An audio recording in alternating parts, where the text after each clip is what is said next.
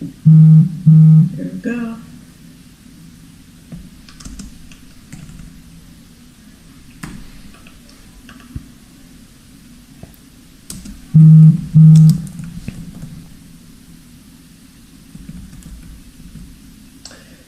Independent Left News is in the stream. Oh, for real? What's up, man? What's up, Independent News? Yeah. I'll be right back. Sorry, 1 second. No problem. You know what? I'm glad because that gives me time to put this shit in the Discord too. Okay, I'm glad someone's doing it. It's just once it's Oh, thank you. Stare at the screen.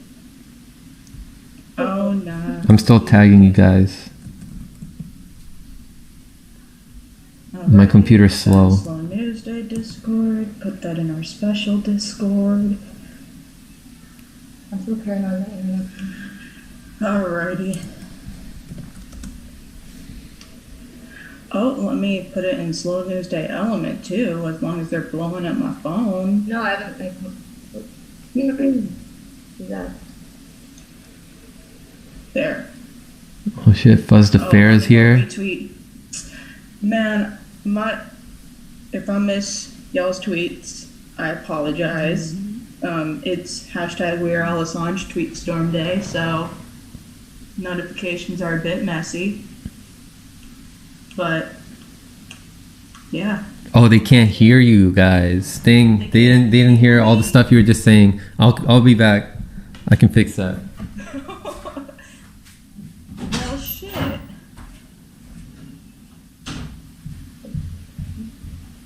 I'm live up here.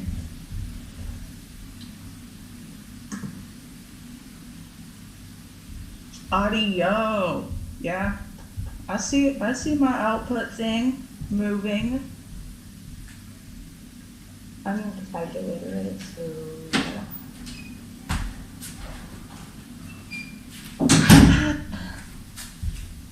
how are you, Jackson?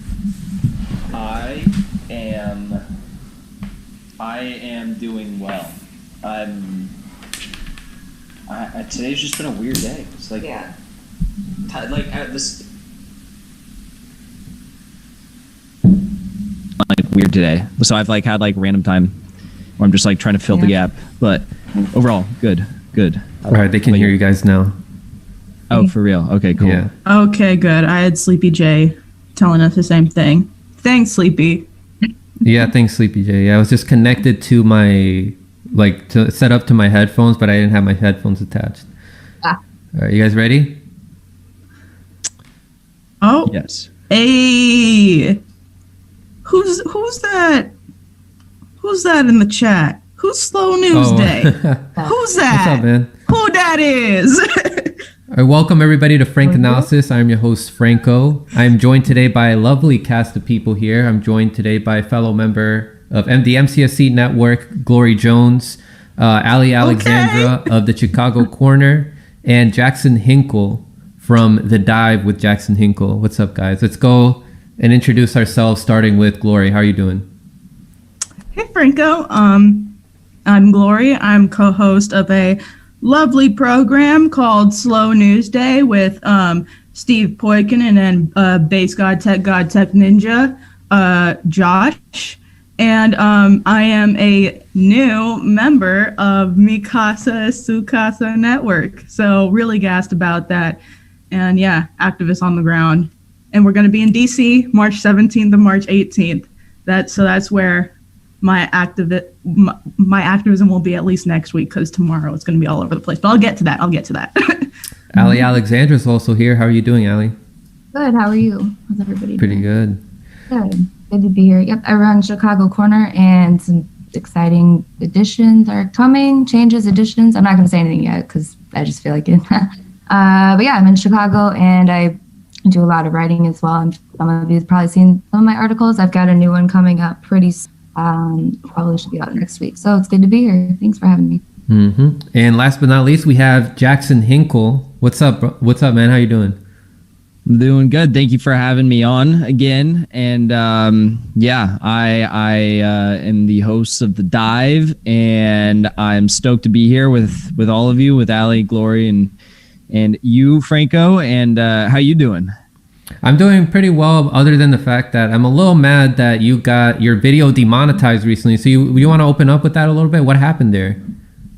Yeah, like to be honest with you, it's not like a huge deal compared to what some people have been going through with getting like their entire accounts demonetized or taken off YouTube. But I've actually had, last night I had like, I think there was like 3 videos I had that got demonetized by YouTube. And one of them was about like Biden bombing Syria. So you can't talk about that apparently. They said that was a hateful video. And they also said it was discussing like war. So you can't talk about war. And I had a video in which Biden was like forgetting the name of his Secretary of Defense. And I was like kind of just pointing out the fact that the guy leading the single largest, most powerful country on the globe is, I mean, his brain's melting before our very eyes. And I was talking about that. They said that was hateful content as well. So, you know, getting demonetized left and right, you are very familiar with that, and they're coming after all of us. So it's just disappointing to see it playing out in real time. And if they're coming after all of us, we're all going to have each other's back. We're all going to be fighting for each other. There's an event happening next week in DC called Fuck Censorship, the protest. And there's also the Assange protest that's happening simultaneously from March 17th to March 18th. So we'll give some more details on that at the end. Glory here will tell us more about that. She was on Richard Medhurst's show yesterday, giving that audience details on that. But speaking of censorship and speaking about all these other issues, that with the root problem comes from, you know, money in politics and a government that doesn't represent the people. We know we have to change the system so that it can actually represent us, you know. And there's people out there that they prioritize on electoral politics, or they say that it's important. There's other people that say we should prioritize more on activism. So we're going to get into that discussion. We're going to talk about how much should we prioritize. I'm of the stance that we should prioritize more on activism. I used to believe in prioritizing in both. There's other commentators that believe in that we should be prioritizing in both, but to what degree? I'm interested to hear what some agreements, what disagreements are here. But let's begin with you, Glory. What is your stance? Should we prioritize on both, and to what degree, or should we only be prioritizing on one? This is something that Steve has said many, many times, but before we even start to get into politics, we need to address the glaring problem that is the national security state. That is the fact that our politicians don't serve us whatsoever. They're mainly here to serve as a branch of the World Economic Forum. Like, basically, you guys mentioned it at the start of the stream. They're coming for all of us because that's their plan. This era we're about to enter is going to be the era of gatekeeping. So they don't want any people like us to get into politics, and they won't let us get into politics. There's so much infrastructure designed to make sure that doesn't happen via our elections, which are privately owned, by the way. ES&S is a private company. They own most election machines. And then you also have companies like Periscript, which own the voter verification software. It's all privately owned by people from Silicon Valley, people like Microsoft, and they have their own partisan interests. And that is to not let any truly on the ground people get in. And if they do, then right away they get co-opted.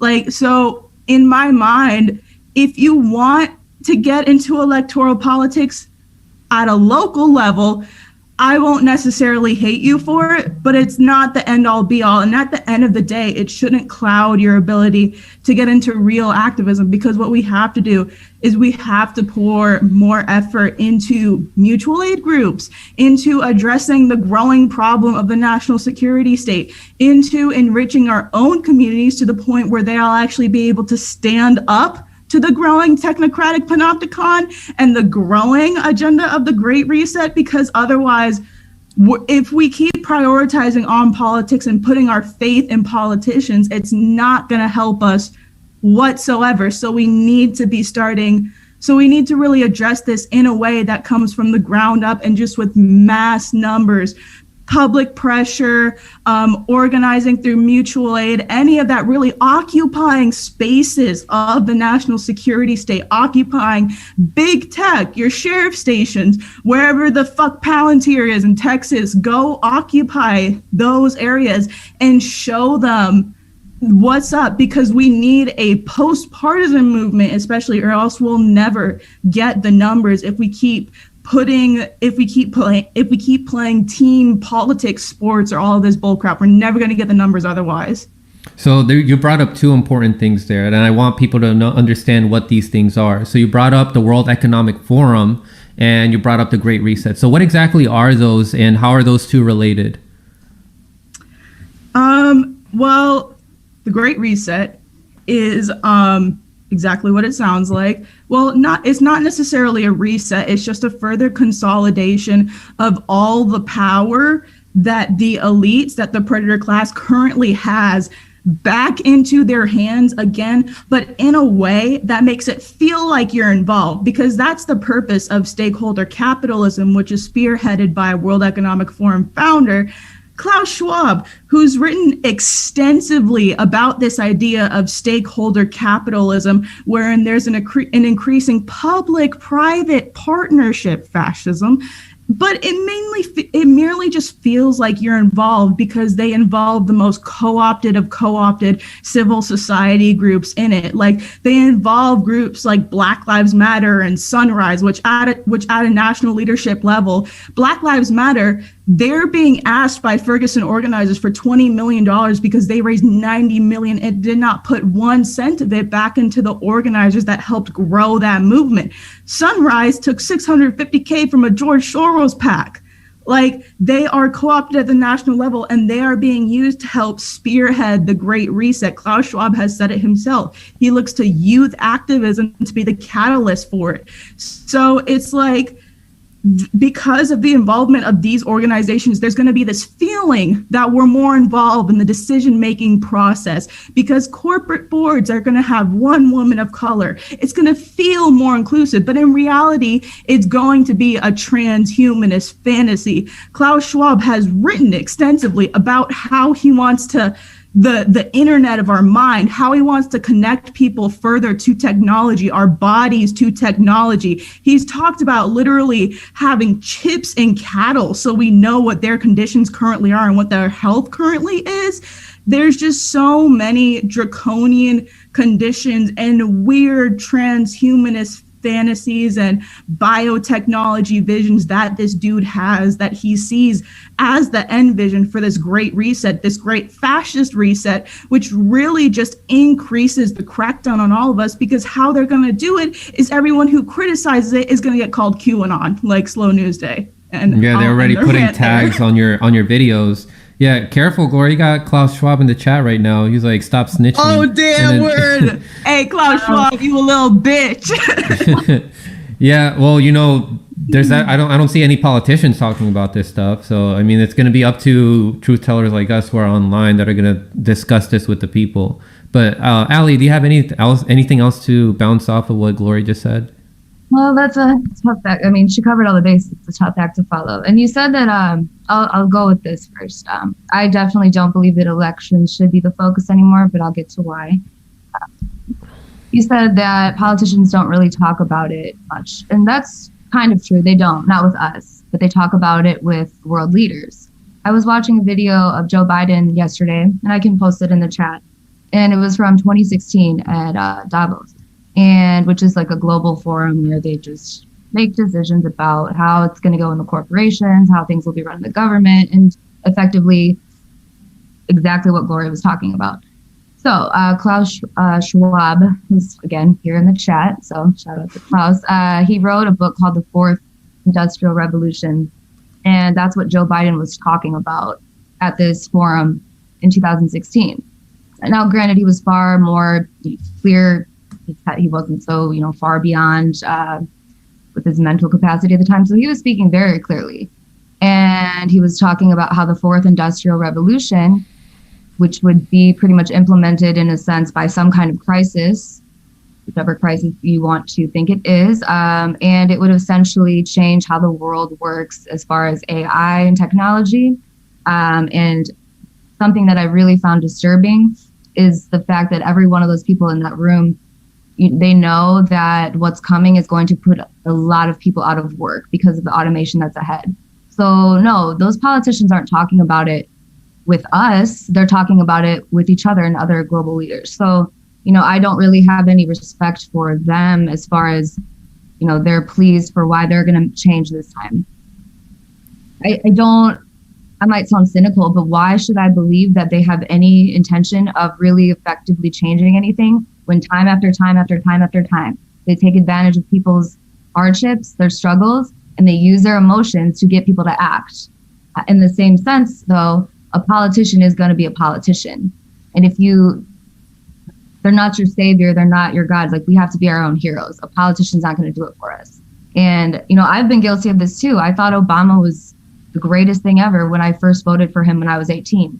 And it was really disappointing to find out that he was a fucking drone king. And after that was like in 2011. After that, I was like, screw this. So, I've gone it's been a long time I've felt like this, but I haven't seen the level of just complete, it's all just a farce, and it's all kind of coming undone, especially with like what's going on in Washington. The illusions are breaking away. So do I think that ultimately one day elections maybe will work? Sure, but not right now. Not until you educate people on a massive scale about what's really going on. And that's a vague statement to make, but I can't answer all that either. But I think knowledge is power. And so that's how I feel, at least for me, I can implement activism, is giving more people information. And that's what we owe really all of our viewers, is to give them information that's, you don't have to make all these bombastic stories. A lot of the times you can just show them the website of something. Go to the World Economic Forum. They'll tell you right there. That's what's crazy about it. So, again, like, you might ask, how does this really relate to electoral politics? But I promise you, it has everything to do with it. So I'm going to go with focus on activism first and then elections later. So Jackson, we talked about this a little bit the last time you were here, and I think you were saying that activism is important, and that you were looking forward to talking about this more on like a more focused topic on this issue. So you want to elaborate a little bit more on what your position was on this? Yeah, I think I'm pretty much. I would say I'm pretty much in line with both Allie and Gloria. I mean, like, I think local politics should definitely be something that shouldn't be seen as a waste of time. I think there is the potential for real grassroots change to take place on a local level.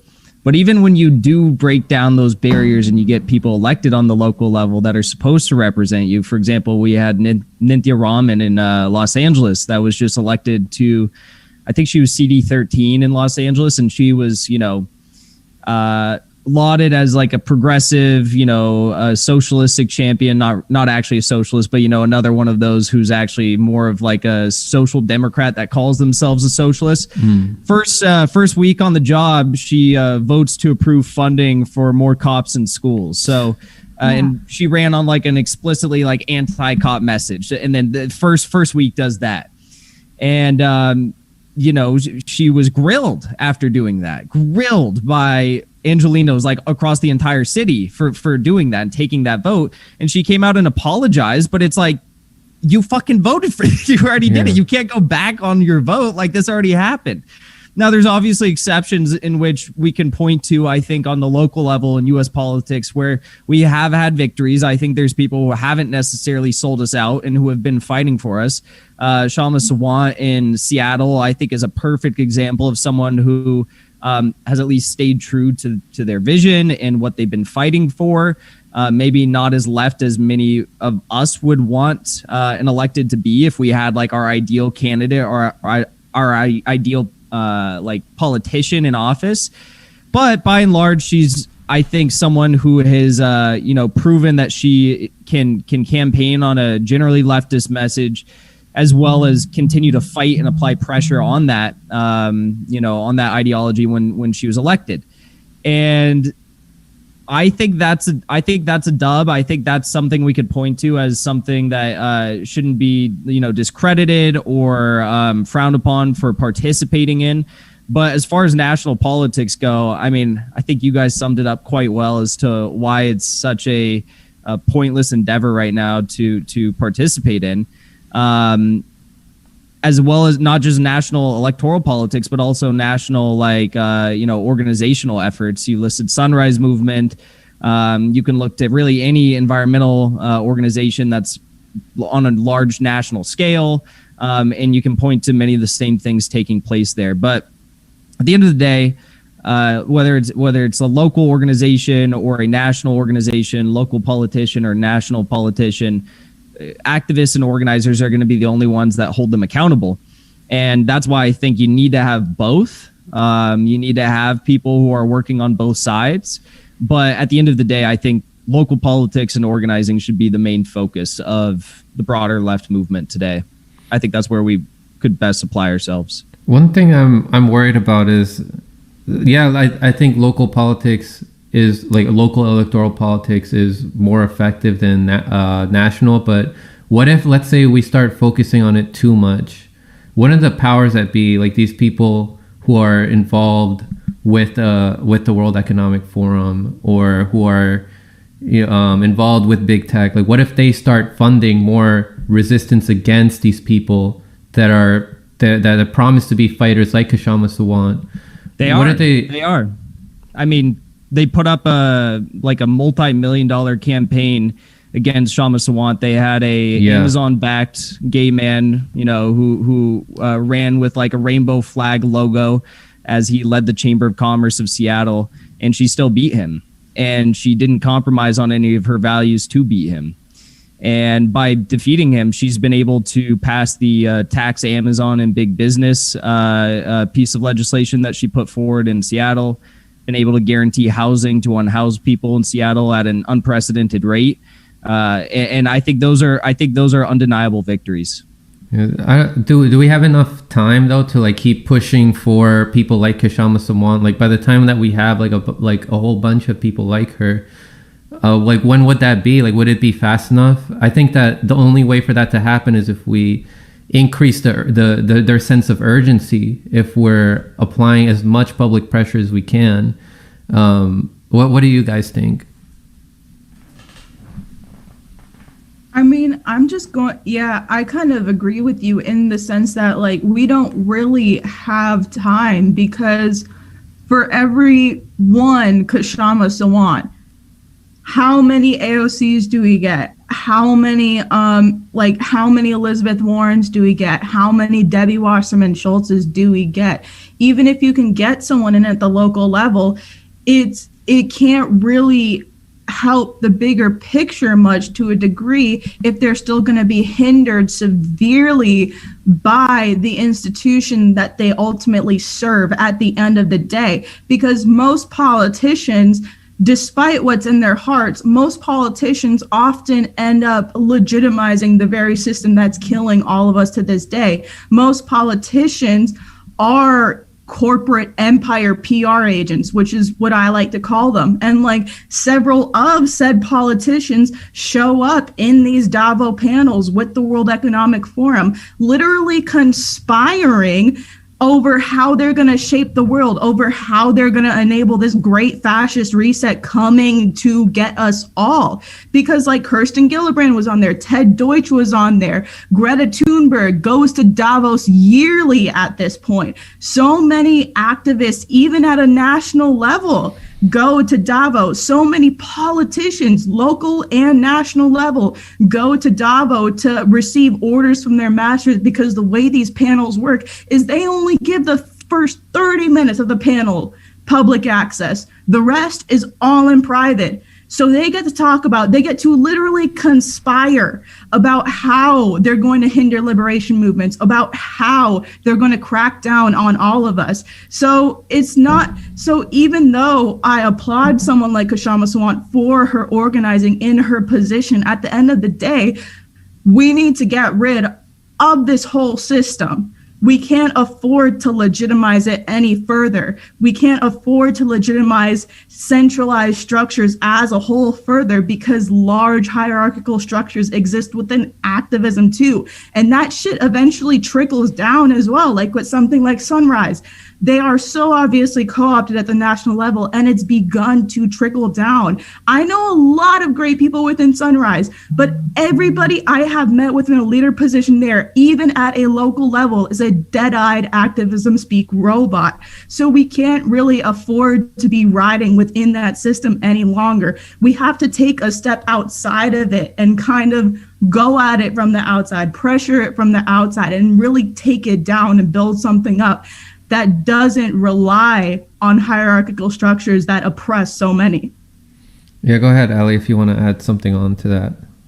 Well, I keep going back to human motivation. Like, what's going to motivate people to think outside the box? I don't have the answers to that, because all of us have different interests.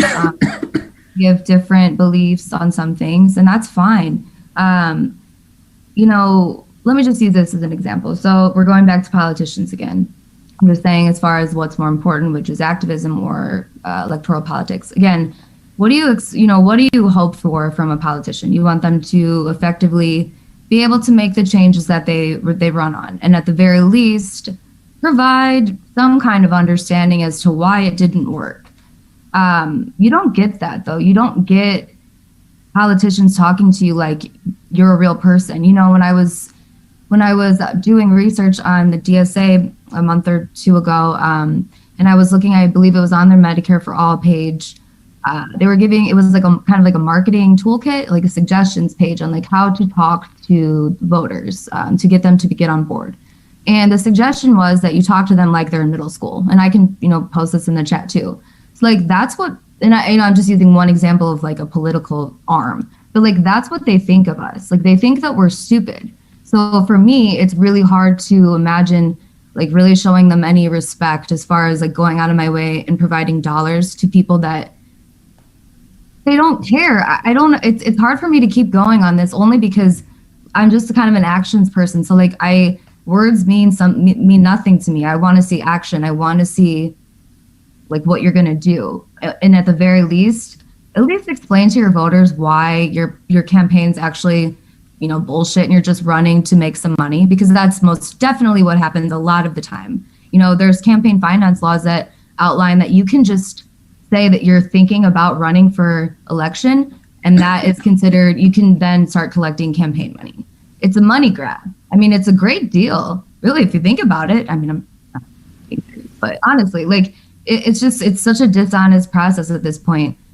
I think it can come later. And I'll agree with Jackson. I think local elections those aren't completely lost, but it still has to, eventually work its way up. And the system that we're in, money rules everything. And so you cannot be as convicted as, about what you believe and say all these things to voters. But when you get into a certain level of power, I promise you that money is going to come and talk to you. And it would be pretty hard to say no to millions of dollars. I'm not saying it's right, but I can't say that I don't know what any of us would do.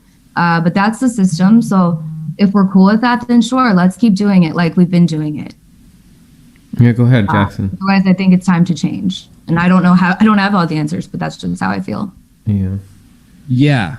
I mean, again, I don't think we had any points of disagreement there. At least I didn't with you guys. I too recognize that there are many dishonest actors within, pseudo-progressive movements, and they are taking advantage of that and, rising to powerful positions where they no longer even have to interact with everyday leftists like us. And then they get replaced by other people who used to be individuals like us. It's the cycle. And it's happening before our very eyes right now, with, I guess not before our very eyes, we all saw it coming long before, but like with many people who are witnessing the squad sell them out for the first time, it's like, this is the same exact thing happening. We thought we finally had people, who are going to represent us, and then they are selling us out. So, I mean, I don't know. I do think that there are still some honest actors on a local level. Obviously, Greta Thunberg and Kyrsten Sinema are not leftist leaders that we are propping up, or I'm trying to prop up as people who are, creating a new system or a new vision for a socialist future or anything, but you can't just put up people like Greta Thunberg or Kirsten Sinema as that. And when there's actual people that I think, like People's City Council Los Angeles is a organization that comes to mind locally that hasn't abandoned their principles. They're, Black Lives Matter organization in Riverside County, like Inland Empire, they literally just left the global BLM network because of the fact that they feel as though the global BLM network isn't representing what they set out when they became a part of the global BLM network. So I do think that there's organizations and individuals who are involved in politics on a local level. I can't point to any on a national level that I fully trust and think are fully intertwined with an actual socialist movement and representative of what could eventually become a broader socialist movement moving forward. But on the local level, I think there definitely are. And I would hope that we don't just like compare people like Kirsten Sinema or Greta Thunberg to individuals that are actually honest actors on a local level. Yeah, I don't trust any of those politicians on the national level. And I mean, I did for a bit in 2018. Like I had there was a time. I had some hope for AOC. I had a lot of hope in Bernie Sanders, who woke me up. But it's been, man, these past 4 or 5 years I've been learning a lot, especially once I started doing this, because I dove deeper than I thought I was gonna go. But I'm a little optimistic about how there's more people that are more informed now than they've ever been. But is it fast enough? Is it fast enough for enough people to realize that there's all these freaking powers that be that are controlling everything, controlling our elections, controlling the information we receive from everywhere, the mainstream, like everywhere you go, like you go to a restaurant, they're playing mainstream media, you go to a bar, they're playing mainstream media, you're using public transportation, you see all these freaking ads from these corporations and from these newspapers by these mainstream outlets. And then in entertainment also, like there's some propaganda there. So there's still some people who are still stuck in the matrix. So how can we accelerate waking these people up? How can we improve organizing? Like what strategy do you propose, Glory?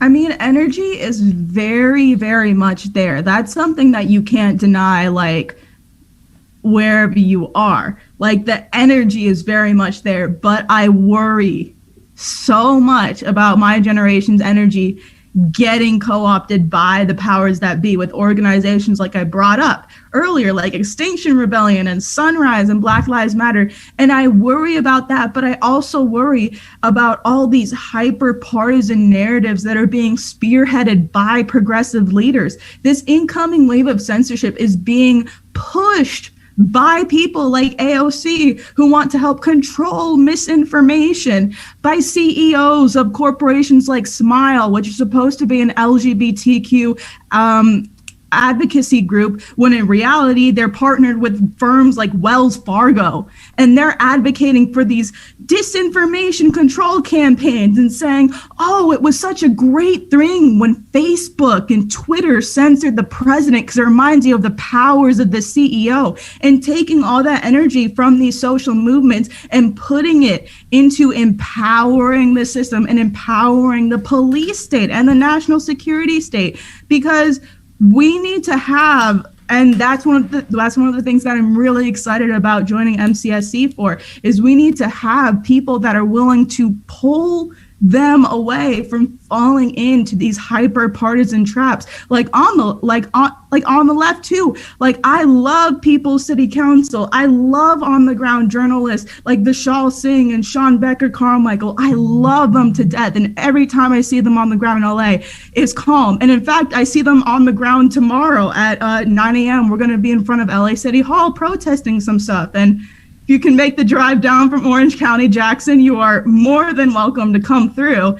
But the problem with them is I love them to death, but they're also so hyper partisan to the point where they fall for the things that's like everything mentioning the Great Reset is QAnon. anything questioning these vaccines is QAnon, despite the fact that you have a history of medical experimentation on Black and brown people, despite the fact that Operation Warp Speed literally contracted Palantir to help distribute the vaccines, despite all the possible skepticism. Any questioning of Op Warp Speed, any questioning of a shady figure who was referred to as Hillary Clinton's doctor admirer is now QAnon. And I see so many well-meaning people fall for that. This election, they fall for the fact that this election was fortified, not totally rigged. You can't have an illegitimate election, and a legitimate election in the United States when it's privately owned, when we can't verify the results, when we can't have proper audits at all. They fall for the narratives that listen, I fuck with Marxist-Leninists heavy, but they fell hook, line, and sinker too for this insurrectionist narrative. The first insurrection where people were walked in through velvet ropes.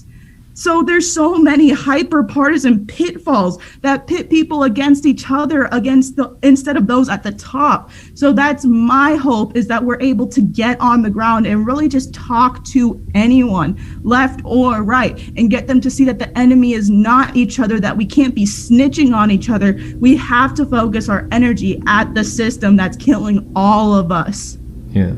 I gotta say, there were some MLs that weren't falling for the insurrectionist narrative, but I think a big reason for that was because there's now BreadTube, which repeats a lot of State Department talking points and is like a perverted version of what Marxism, Leninism actually is. And that's why not only with like the synthetic left, like these Sam Cedars, these ass kissers for these politicians that, protect AOC and the rest of the squad as if they can do no wrong, and that we have to be nice to them because it's the best we got, as if we can't do better, as if we can't improve them. I think just as important as it is to inform the public about our system and how it's affecting all of us, it's also important to expose the people who are misguiding others. Whether they're misguiding people on purpose or on accident, we have to do it. I know all of us have done a great job at like shitting on Jank and like shitting on all these other people. Sometimes it feels like they're like, they know the truth. They know the truth. They know that they're grifting and that they're misguiding people, but they don't care because they're comfortable and they're like, you know what, I'm just gonna keep doing it because it's now just my job. There's some of these commentators who I used to respect and now it seems like they've gotten lazy and they don't want to go deeper into like what's going on. But yeah, Ali, let me know if you have anything to add on to what me and Glory said. Oh yeah, I mean, I think that just again, I'm in my mind, I'm thinking like I always say this, I should be a little more patient sometimes with people that are just kind of waking up to what's going on, because I feel old, but like the last 10 years, I mean, really. You look great though. Like I said, it goes back a long time, and I'm not going to get into the history of it. But when I really kind of woke up was Obama. It's just the same thing over and over. I feel like I should have brought it out, and I don't, because it's, how do you get people to just see reality on such a large scale, but not feel like they can't do anything about it? Because I had a teacher actually in high school that was the one honest teacher, and she would always say, care because your generation is going to be told like you don't have a voice at all. And I think that rings true in a lot of ways. A lot of people really don't think that they can do anything, because I was talking about this the other night. I think another big way to change things is understanding that not everyone is going to see the world as you. And if you're going to try to always push that on others, you're going to always be disappointed. Like, people are going to see the world differently based on the experiences that they've had. And that's okay. But if you can unite people on, beyond political parties, like a post-partisan issue like free speech, that's something that's a really easy segue I found to get people to kind of think more. All you have to, you don't have to like go in with somebody and be like, hey, the Great Reset, blah, blah, blah, because God knows I've done that before. And people are like, what the fuck are you talking about? So I've done that at Stop the Steal rallies before. Some random dude came up to me and was like, I just have to say I love your hair. And I was like, oh man, yeah, I'm glad you think that, because like I was up all night doing some research on the Great Reset. You know? Yeah. Oh shit, for real? And then we'd go on. But a lot of people, they're like, what are you talking about? And that's fine. I can't be mad at people, you know, for where they're at. But if you can kind of tip into something with a little less, you know, that's not so, I suppose, controversial or quote out there, you can be a little more effective. So free speech is something that I found I can really connect with people on a lot of different levels, and people that aren't political at all. Because remember, there are tons of people that aren't political, and I don't really blame them. You know, there was a little time, it was, I believe, in 2016, after everything happened with Bernie, I was like, screw this, I'm done. And I mean, I did realize like Donald Trump was running, and so I was kind of paying attention, but for the most part, I was at the time kind of checked out for a little bit. I was done with it. And it was nice. Ignorance is bliss. It really is. I don't, you know, sometimes I wish I didn't love going down different rabbit holes. I'm a weirdo. Like I'll research like huge reports of like committees and stuff. It's fun for me, and I want to share that information with people. But people that aren't really into politics and policy and such aren't going to vibe with that necessarily, and that's okay. So it's figuring out how to meet people kind of where they're at. Like Skeptical Mantis is always talking about street epistemology. I finally can say that word. Yeah, I mean, it's great because you just got to relate to people, because there's a lot of disaffected people out there that really don't care. And like I said, I don't blame them always, because they've never been shown any care by the people that claim to care. Actions speak louder than words. Look around you. Everyone knows something's wrong. Everyone can feel it, honestly. Like it's been a long 2 years. There's something wrong, and I don't know. I'm not sure how to change it all, but I would say just meet people where they're at, and instead of coming at them and trying to shove down an ideology, because that's what's happening right now in the world, in this country, and it's been coming for a while, and it's really scary. It's really scary. Yeah, that's a bit of a self-awareness and self-therapy that we gotta do to ourselves, is understand. And shout out to Steve, and also shout out to Sleepy J, because you know he helped me out with connecting to the streams here. So thank you, Sleepy J. But yeah, it's something Steve says is that to be patient with people, because they're in different parts to the path towards, you know, systemic and societal awakening. I know it can be hard sometimes, especially with people you're close to, who you put on a high pedestal, on, you know, on people who you trust, like my family, for example. Like sometimes I just can't help it, and I inundate them with a lot of articles and stuff and information, and they still, you know, it's hard for them to process. Like a lot of people have this illusion of what reality is, and they feel comfortable with that illusion. And then when you try to present them with information that breaks them away and makes them realize that reality is not what they thought it was, it's kind of like a survival mechanism where they want to go back to where they were feeling comfortable in, and they resist what you're saying. And we see that in all parts, all points in the path towards awakening. Maybe when you when you get to a certain part in your path, when you get pretty far, then maybe you're more open. But man, there's a lot of people who back at like 2-3 years ago, I thought were like exceptional, like they knew so much. And then I realized that they didn't know as much as I thought. And then I get upset. And then when I see them presented with other information from other journalists or other commentators, they hear that information, and then they want to resist because they think they have it all figured out. Like there's other people who comes to mind right now. Or Sam Cedar is a prime example. Like if you try to like educate him on something or inform him about something, he's just so arrogant and he thinks he understands. I can also see that in people like Kyle Kalinske. Who else? Like when you like somebody like Greg Palast, I guess too. Like when somebody presents them with a lot of legit evidence about, you know, the shenanigans that happened with the 2020 elections, he thinks he has it all figured out, and he resists. He literally writes the same book every year, and then like people trip over their dicks to have him on. it's like, hey, I'm gonna write a book called "How Trump Stole the 2020 Election." Right. Yeah. What I was getting at is like, there's people also, like Gloria, you brought up the Sunrise Movement and how that's co-opted by a lot of these people that are connected to the World Economic Forum. Jackson, I know you used to be a part of the Sunrise Movement, and then you said you saw some stuff while you were there, and then you left. I've heard from other people on there that have only really heard of like the phrase just like Green New Deal, and then they just repeat that. And they don't know that like the OFF Act exists. But what was it that you saw like when you were working with the Sunrise that made you want to leave? And did you tell other people about it? And were there people that were resisting some of the stuff that you were telling them? What happened?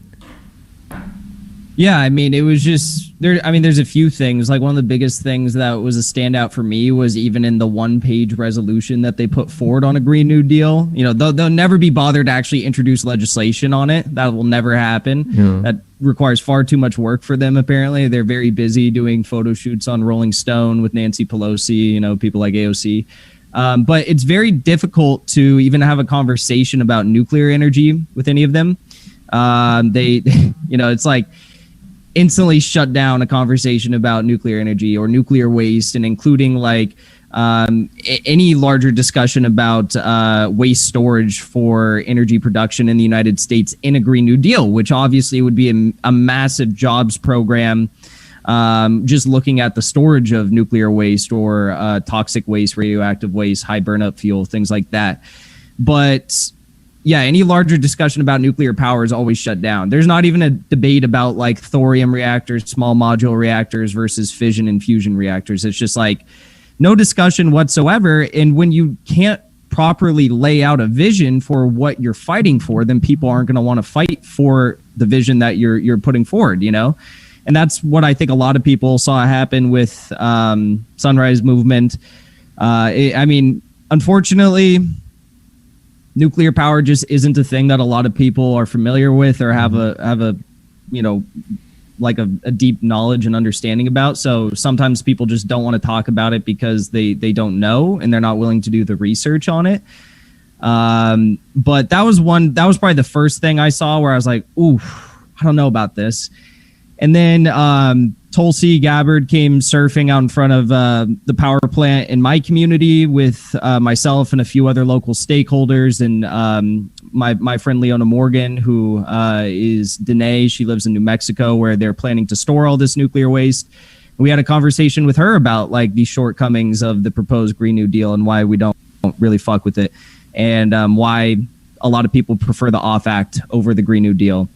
And obviously, like the Sunrise Movement has been thoroughly corrupted in recent years.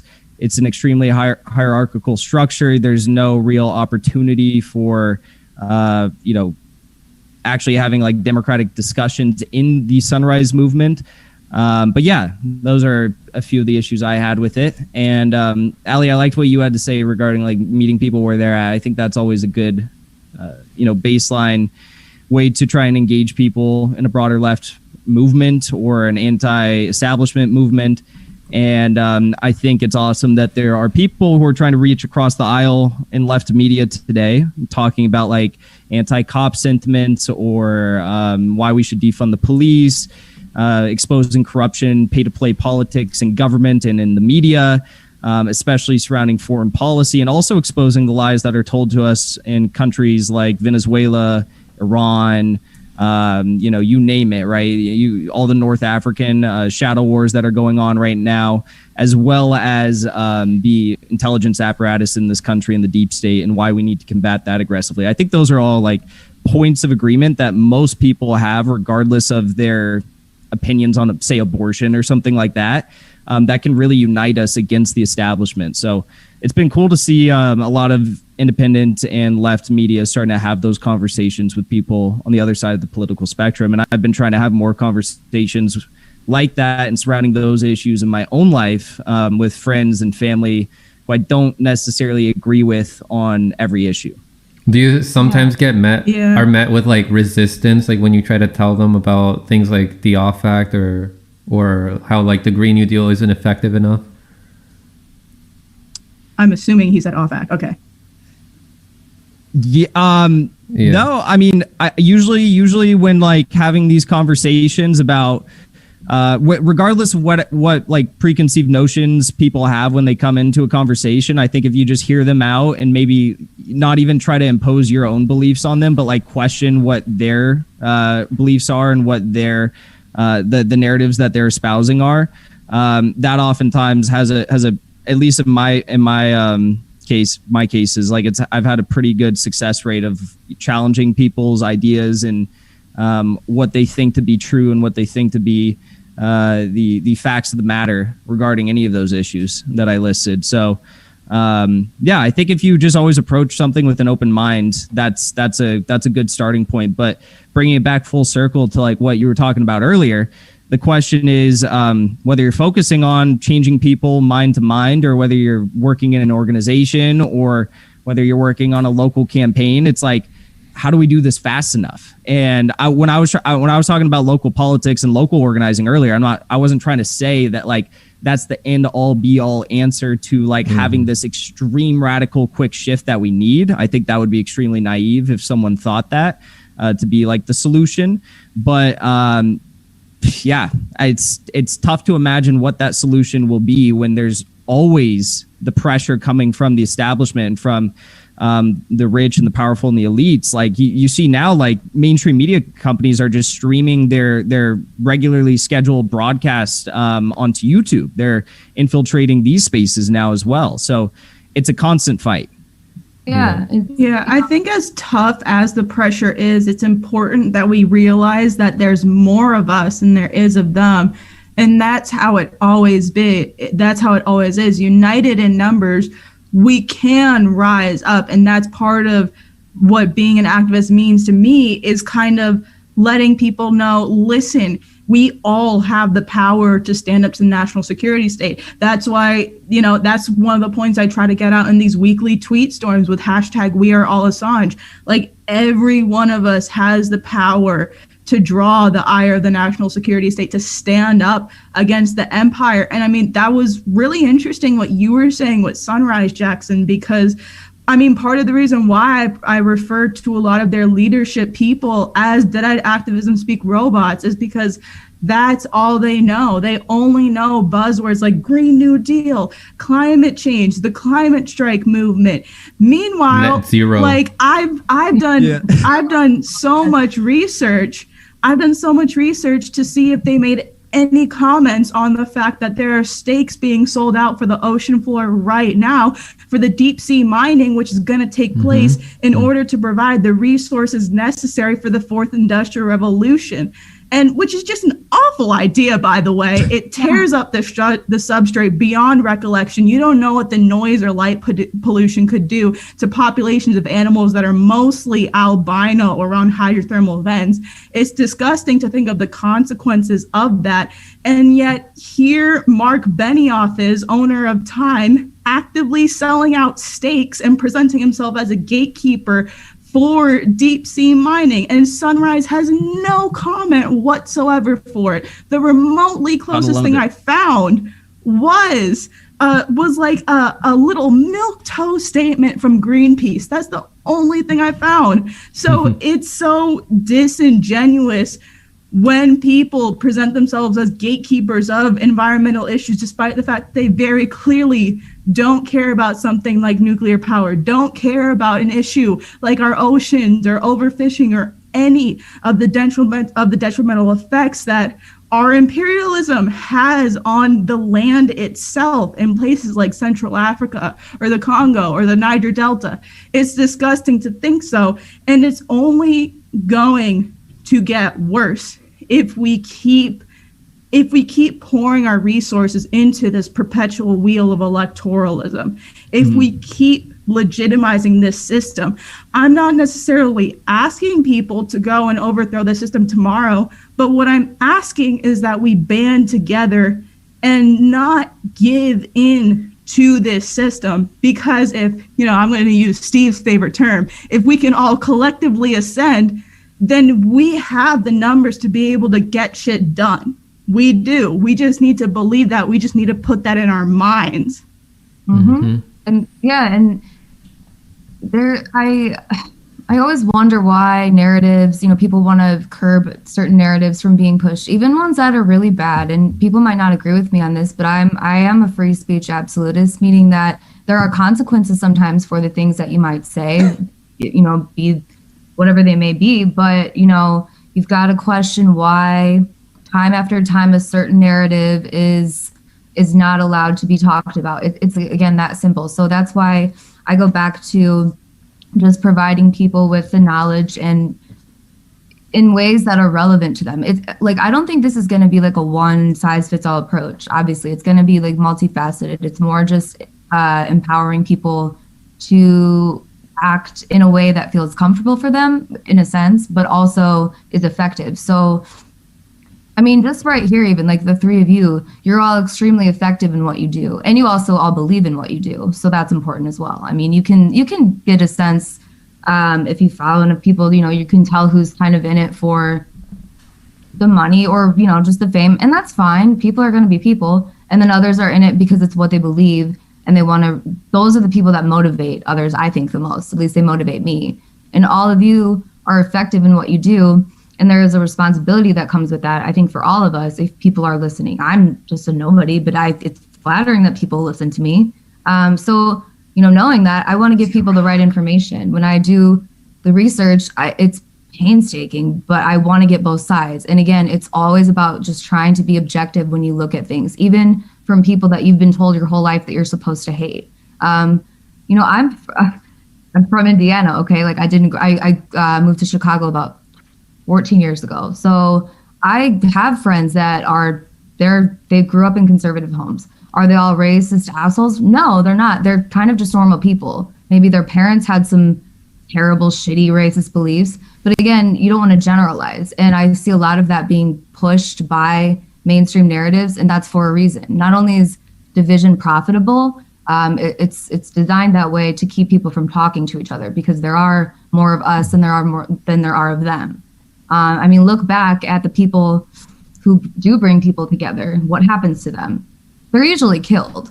So I'm not saying, go to this and you're going to get killed, but the more of us that there are just like continuing to speak out about it. And I know I sound cliche, but you've got to meet people where they're at and stop obsessing over labels so much. Like, I don't get it. I don't get why people are so obsessed with labels. And I know that they can be helpful in a sense, but a lot of the time I think people just hide under labels because it's an easy way to say like, oh yeah, this is what I am. Because a lot of people don't know what they stand for because they're not given the information that they need to make the right decision. So you guys know me. I'm always going to like kind of go all over the place, but I always go back to like the information, the sources of information, and learning about who is controlling those sources of information, called narrative management. And I'll also give a shout out to Steve because you guys were talking about that the other day. But it's a real thing. It's narrative management is nothing new, and it's the easiest way to control people. So if you keep falling for it, we're going to keep getting the same result. Yeah. One thing I will say, like coming out of studying biology, like in academia, like the biological departments and the other science departments, they're so focused on their research that they don't think about like they're not like systems thinkers like us, like at a societal or political level. They don't see how these corporations that control everything don't have the best intentions. Like when it comes to environmental issues, the people understand, like people who are studying like environmental biology or who are studying ecology, like they understand that there's certain chemicals and stuff that cause harm to organisms, but they still think that we can still have the system that we have and that we can work within the system to fix it. And if only they could talk to an activist or somebody who understands systematically how this is all connected and how it's because of this capitalist system that we have, that's what's causing all these endangered species. That's what's causing all these polluted waters, polluted plants and food that we consume that lead to autoimmune diseases, leads to cancers and such. But we're not communicating. That's what Ali was saying. Like they want to keep us apart. They don't want us to talk. Things need to be more multidisciplinary. And with the current system that we have for our education, it's also focused. It's not multidisciplinary enough. It's not cooperative. It's not like there needs to be people talking from all different fields. And that would lead to a better, that's why, like, in activist community, activist movements like the Sunrise, they don't understand like the biological significance. They haven't studied biodiversity. They don't understand. When they become climate activists, they're only thinking about the climate. They're not thinking about all these other environmental issues. They're not thinking about how we're endangering all these insects, and then that can lead to a whole bunch of different effects that later then comes back and affects us, because every species on Earth serves a role, an ecological role. But there's not enough communication. So how can we improve that communication? What do you think, Jackson? I mean, there's no propaganda arm like the mainstream media in the United States, and they do an incredible job of just, shifting the Overton window so far to the, I don't even want to say right at this point, but to a point where there are certain untouchable issues, certain issues we can't talk about, certain things we can't talk about in this country. And I don't know. I think we have a lot to learn, obviously, like from countries like Venezuela. We can take tidbits of what countries like China are doing right now to eradicate extreme poverty. I think there's a lot we can learn from other countries and the successes they've had to bring to our movements here, and how we can unite people from like all sectors of society, people who excel in electoralism, or excel in mutual aid networks, or excel in grassroots activism and organizing, who excel in direct action, whatever, to come together and fight for a common good. But until we have that day, I mean, it's difficult to imagine a way in which we're actually going to be able to unite against like this megalodon of power that is the U.S. empire. And I don't know, it's just we have a bunch of baseline disadvantages of being in the United States that other countries and other people usually don't have to face.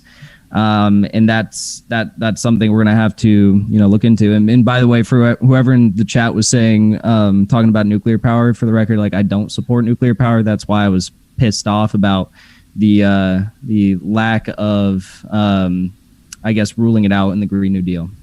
I'm going to say really quick, if you don't mind. There's something I'm noticing. It's, I guess, it's in all media circles. I wouldn't say it's just kind of leftist, because I do like to watch like what's happening on the other side. It's always good to know what the mainstream is saying, and it's also good to know what your peers on the other side of the aisle are saying. But I've noticed that there's a lot of people that want to get other people on record for, like, they really want to know where somebody stands on a very like little point. And I'm not saying that's a bad thing. I like to know where people stand too, but what I'm getting at is that, like, when people are influential, or even just when people have an opinion, sometimes others are very stuck on that opinion, and like they're like, well, he supported that at one time, and like the conversation devolves into nothing. And so again, I just go back to like understanding that not everyone's going to see the world the same way, but just kind of, I was only saying that just because somebody in the chat asked you about that, Jackson. It's just like, oh, he said one thing, he must think all this. And, you do have to give people chances to kind of elaborate on stuff. That was just a random thought, but go on. I agree with you like halfway on that one, because I think there's times in which people's judgment or their reasons why they say certain things might show you a lot about their character. That's true. I mean, you might agree with that. But I think there's clear examples, like, for example, with like, not to bring everything always back to Force the Vote, but like during Force the Vote, I think there were plenty of people who exposed themselves as individuals who, had bad intentions. I'm sure there were some people who like fucking honestly believed that Force the Vote was not the right strategy. I never heard anyone put up another strategy for how we should implement Medicare for all, really, with the exception of the NNU model, which was the bullshit state-by-state model. But I think sometimes you can learn a lot from someone based on what they say and their opinions on a given issue. But yeah, I also agree that like we're never ever all gonna agree on everything together, and we can't just like fucking cancel each other for like one honest disagreement on an issue when there's countless other issues that we have to care about and work on. Yeah, I mean, when has humanity ever agreed with all of each other? I don't, I'm not sure when the expectation, arrived that you do have to. You can be open to new information. That's what it is. It's not being married to your ideas and understanding that you don't know what you don't know, and that's it is okay not to know. What matters is being open to new information and realizing that sometimes you're not always going to be right. I'm certainly not always right, and I see it as a learning experience. Because you were talking about force the vote, and from my perspective, the reason that I was more in support of it, and I didn't really think that they were going to pass Medicare for all. I'm sorry, I did not think that. What I wanted from it personally, everybody had different reasons that they supported it, was because I wanted that strategy then to be used on literally everything else that any politician has ever said. When they're running, I want you to go on the floor then, like, prove yourself, because I know that they won't do it. And that's another way of showing what a farce all of it is. Now, I know that that's, a little bit veering away from the Medicare for all issue, but what I saw from that, and unfortunately it did devolve into some really petty shit that it got uninteresting for me, because it was a way to collectively, again, you could see it as a way to expose not only people who prop up these politicians, but the politicians themselves, the system that it is, and how it all works in Washington. I wanted those politicians to have to go on the record and say why they would not vote for Medicare for all. Why? Why won't you? You ran on that. Why won't you do it? Well, we don't have the votes. Okay, but can you at least stick true to your word and go vote on it? Yeah. They can't do it because their donors, they're funding. That's their funding. Their funding. And that's why I really didn't want to see there was so much fighting with force the vote. It wasn't that I was married to the idea of it, making it happen. I really didn't see it happening. I'm just cynical, and I wanted to see people be like, wait a second. So if they won't vote on that, what about the other thing that this politician said that they would do? And, I think that, I'm not saying that's a completely hopeless strategy, because that's a way to collectively get people interested and involved. But again, it goes back to like not falling for that fighting bullshit, like that just takes away the real problem, which is the oligarchy. Force the vote was at least doing something. From that perspective, I was supportive of it. But the problem was there was so much like online bullshit, and from just bad faith actors who are nothing more than just narrative managers, white knighting on behalf of the national security state, coming into this thing and making this whole thing about, oh, I don't like Jimmy Dore. Oh, Jimmy Dore said this, Jimmy Dore said that, and devolving it into this whole issue on how much do you like Jimmy Dore? And then the debate about that would then suck all the air out of the pressing issue at the moment, which was the extradition decision for the Assange case being read out. Because at that time, that campaign was very pressing, but these debates around force the vote sucked all the air out of that movement. And then to make things even worse, then you had MPP trying to come in with Nick Branya and co-opt the whole thing, despite the fact that it was organized by Jackson and supported by people like Niko, like Fee, like Pasta, like Franco, and trying to take that whole thing away from its original meaning. So that was kind of my hesitancy with force the vote, because once you get into that realm, it gets to a point where you start having debates that detract you from the original cause, which was Medicare for all. And like, I agree with Ali too. Like, it would be dope to see that applied to other issues, like not a $15 minimum wage, something way higher, because $15 minimum wage in California is just flat the fuck out disrespectful. Same thing here in Montgomery County. Yeah. Or any other issue to try and set the standard for pressuring politicians, at least holding them accountable and doing something other than constantly kissing their asses and water for them, because we can't do that. We just can't. or else they're going to get co-opted, or else they're going to fall, and they're going to keep sheepdogging people into this perpetual wheel of electoralism and duopoly politics that gets us absolutely nowhere, and party politics that gets us absolutely nowhere. Because like this election as well, third parties fucked up. The Green Party fucked up. Libertarian Party, meh.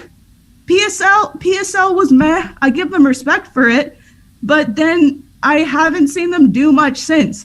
And like that's me judging their on the ground presence in LA. Political parties ramp up their activity before elections and then they let off. They relax. And then now we have People's Party coming into the picture, which is just like, come on. That name just screams COINTELPRO. I'm sorry. It screams limited You're hangout. I'm People's sorry. Party? Yeah, People's Party. People's Party. Yeah, you could name it the coolest name ever. You could name it like Deep Throatitariat Collective, like Dem Slayer Party, like Kingdom Guns Party or some shit like that, bro. I'd go straight into the anime realm if I'm at least trying to make a political party. But no, instead it's a bunch of people who used to be Bernie supporters who want to support Democrats without supporting Democrats. And then there's also the shadiness of Nick Branya, and not to mention having these volunteers, having these Black women volunteers like Renee come out. Like, I think they should be listened to.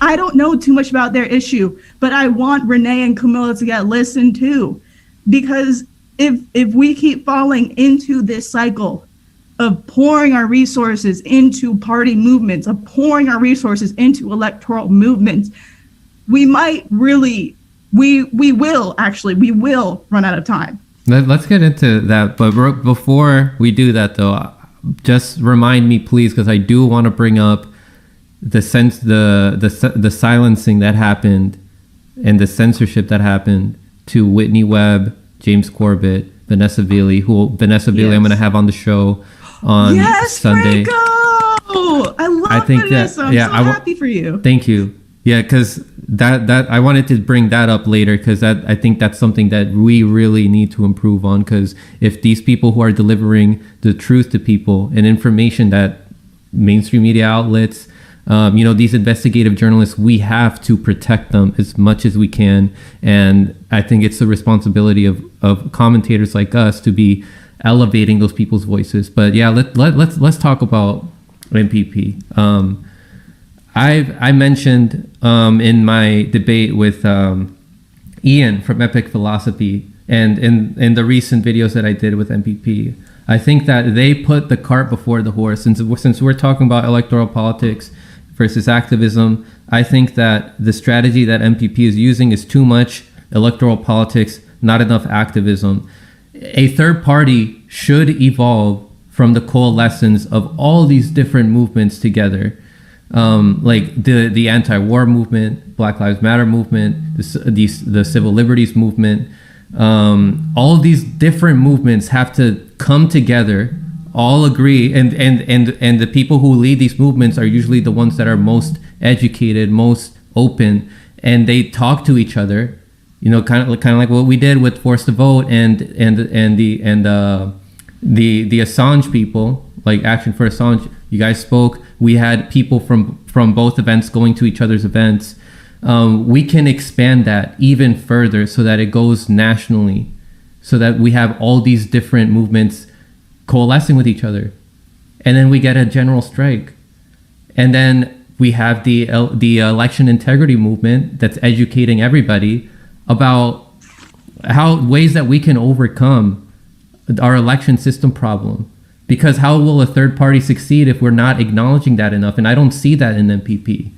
I don't see them understanding in depth like the problems that we have with our elections. I don't see them in depth talking about our foreign policy. And I asked this to Nick Brana too. I said I think a way that Tulsi Gabbard was able to succeed so much is that she was able to garner the support of people from across the board. Like, she was able to garner the support from conservatives, because a lot of people are sick and tired of being in all these wars. If you have an anti-imperialist message that can help unite a lot of people.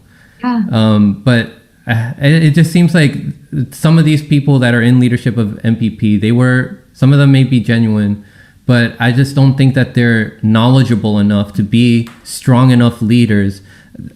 It's a lot of them don't even know how to deal with certain people. Like, if you're a leader, you have to have characteristics of a leader. You have to understand how to deal with people. You have to make people feel like they're being listened to. And if people are like shouting at you and stuff, you have to know how to deal with them. It's like, hey man, listen, like I understand you're frustrated. Listen to me. I'm gonna get you. I'm doing the things that I'm gonna do the things that you want me to do, right? So let me hear, like, what is it that you want me to do? I'll hear you out, and then I'll try to implement them. I'll try my best to implement them. But it just seems like they're more focused on getting on being on independent media platforms, like on Jimmy Dore and Graham Elwood, on Lee Camp, more so than they are on organizing on the ground. I know I rambled on that a bit, but I want to hear what your thoughts are on that. It's your show, Franco. But who wants to go? Wait, I'm sorry, I didn't hear. Who are you asking about that? Just whoever wants to go first. If you guys want to piggyback on anything I said, agree, disagree. Well, I'll admit I didn't really pay attention much to MPP at first. I kind of was like just sitting back and like watching it like play out, because you've listened to me, if you guys know me, I'm cynical, so I'm just like, it's probably the same as the others. And unfortunately, what I'm finding is that but it might be worse. And I mean worse in that I don't know if the intention is to ever actually run people. It might be, maybe this year, I don't know, but I don't think so far there's been I don't think there's actually been candidates. And I know like the strategy just kind of reminds me of what I saw with DSA. And doesn't that just lead people back to the Democrat Party?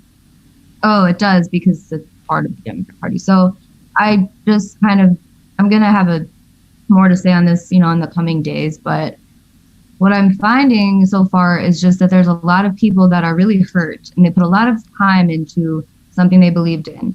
I feel badly because I don't like to see people get taken advantage of. And I mean that in a way of like people that are considering running down the line. I don't want to see them taken advantage of. I don't want to see people taken advantage of, organizing for something. And then they're not, it's literally called the People's Party, and it just doesn't sound like they're listening to the people. So it doesn't really make sense to me. It doesn't like compute. But I don't even think that they're technically registered as a corporation that is really even reliant on the members. I think that they're allowed to kind of operate as like the top is choosing everything, while there's an illusion that it's like a democratic association. I'm speaking a bit vague because I'll have more on this later, because I wanted to give it a chance. I always come into the story objectively. But what I've heard and what I've read and what people who have gone through a lot of really shitty experiences with it, who have nothing to gain from talking about it except, just trying to get their side of the story out. I've not been too impressed with the response from MPP. I used to work in marketing, and I just like kind of the basics of marketing and like your brand. And I know it should be more than that, but just basics is it's like damage control. Like you've got a problem, you've got a big problem. There's a lot of people that are not happy with you. So if you want to handle that, that's a good idea, because then you could, probably get your shit together. But if just ignoring people and immediately calling them infiltrators and kind of projecting what it seems like, they might be doing onto others, that's not cool either. I don't know the whole story. I would like to find out, but, it's just not a good vibe so far. And it just doesn't seem like there's really a big strategy here. So I don't know. I would like to be wrong on this. I want them to do well. Like I like the idea of it. I like the idea of all types of people coming together. But I did see a video of I don't know is he the founder, Nick Brana? I honestly never really heard of him until this, so I don't really know him. But like he was talking about just this like kind of fixation on not taking corporate money. And that stuck out to me, not because that's like a cliche, but because if you have an investor in a party, you can take money that way. So I just don't necessarily think that it's as people-centric as it comes out to be. I could be wrong, and please tell me if I'm wrong. Anybody. I mean, my beliefs are pretty much the same as Ali's, and I'm not saying that like I want it to fail, and like I want all the people who put their time and resources and effort into it to be like hurt because of it. I'm just saying that I don't think the solution is another political party, especially one that appears to be so Democrat adjacent. Yeah. Like one that appears to just have a ton of former Bernie supporters. Because when they had like, what was it, their 37th founding convention or something, I'm exaggerating the number obviously, but like they had one of many founding conventions. And in the last one they had, like half of the people on that were Biden voters. Like half of the people on that were carrying water for the Democrats in the general election. Like I just don't think that a movement for a People's Party is the solution, especially the way that people are going about it, like Ali was just talking about. Like the fact that they're putting forward a bunch of influencers and thinking that that's somehow going to help them. Like all the stuff I'm hearing from actual organizers, from people again like Camilla and Renee who are having adverse experiences with it, and when they come out they're being laughed at and ignored and treated as jokes. Like I don't think that the way they're handling that whole situation, especially with Black women organizers, is just not it. Like that's such a deterrent from any organization, period. Never mind one that wants to make itself a political party. Never mind one that wants to be some great people's party, some, like I guess post-partisan or working people's party. I mean, for a party that kind of puts itself as this working class labor party, the faces at the front of it aren't really working class people, traditional working class people. It's like something with the Poor People's Campaign. You don't see a lot of poor people in that. That was something that Reverend Annie Chambers pointed out, which I love Reverend Annie, so I wanted to name drop her there. But I mean, you don't see a lot of really poor working class people at the face of a movement for a People's Party. You just see Nick Brania and a bunch of other Twitter blue checks. You see people like Lee Camp and Jimmy Dore, and granted there are others. I know that there's more people to it than just Twitter blue checks. I know that there's more people to it than a couple of white saviors. But at the end of the day, what it appears as is as another white savior grift for Nick Brania. That's just what it appears at from the optics, especially when they're doing stuff like ignoring Black women organizers who are trying to petition it, ignoring people like Camilla and Renee, and just completely glossing over issues, giving the most surface level answers. Like I watched Franco's interview with Nick Brania. Every answer he gave looked like he was being fed a talking point.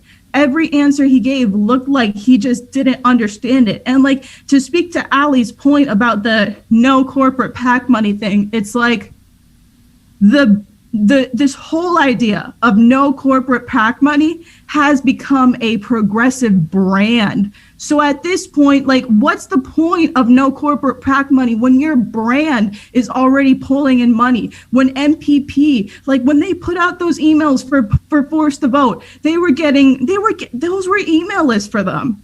Like they're gaining email lists and money off of this image of being a working class movement and of being this, non-corporate, we don't take corporate PAC money movement. They're gaining money from that and then funneling it right back into electoral politics, which seems to be going either very, very, very, very, very slowly or nowhere at this point.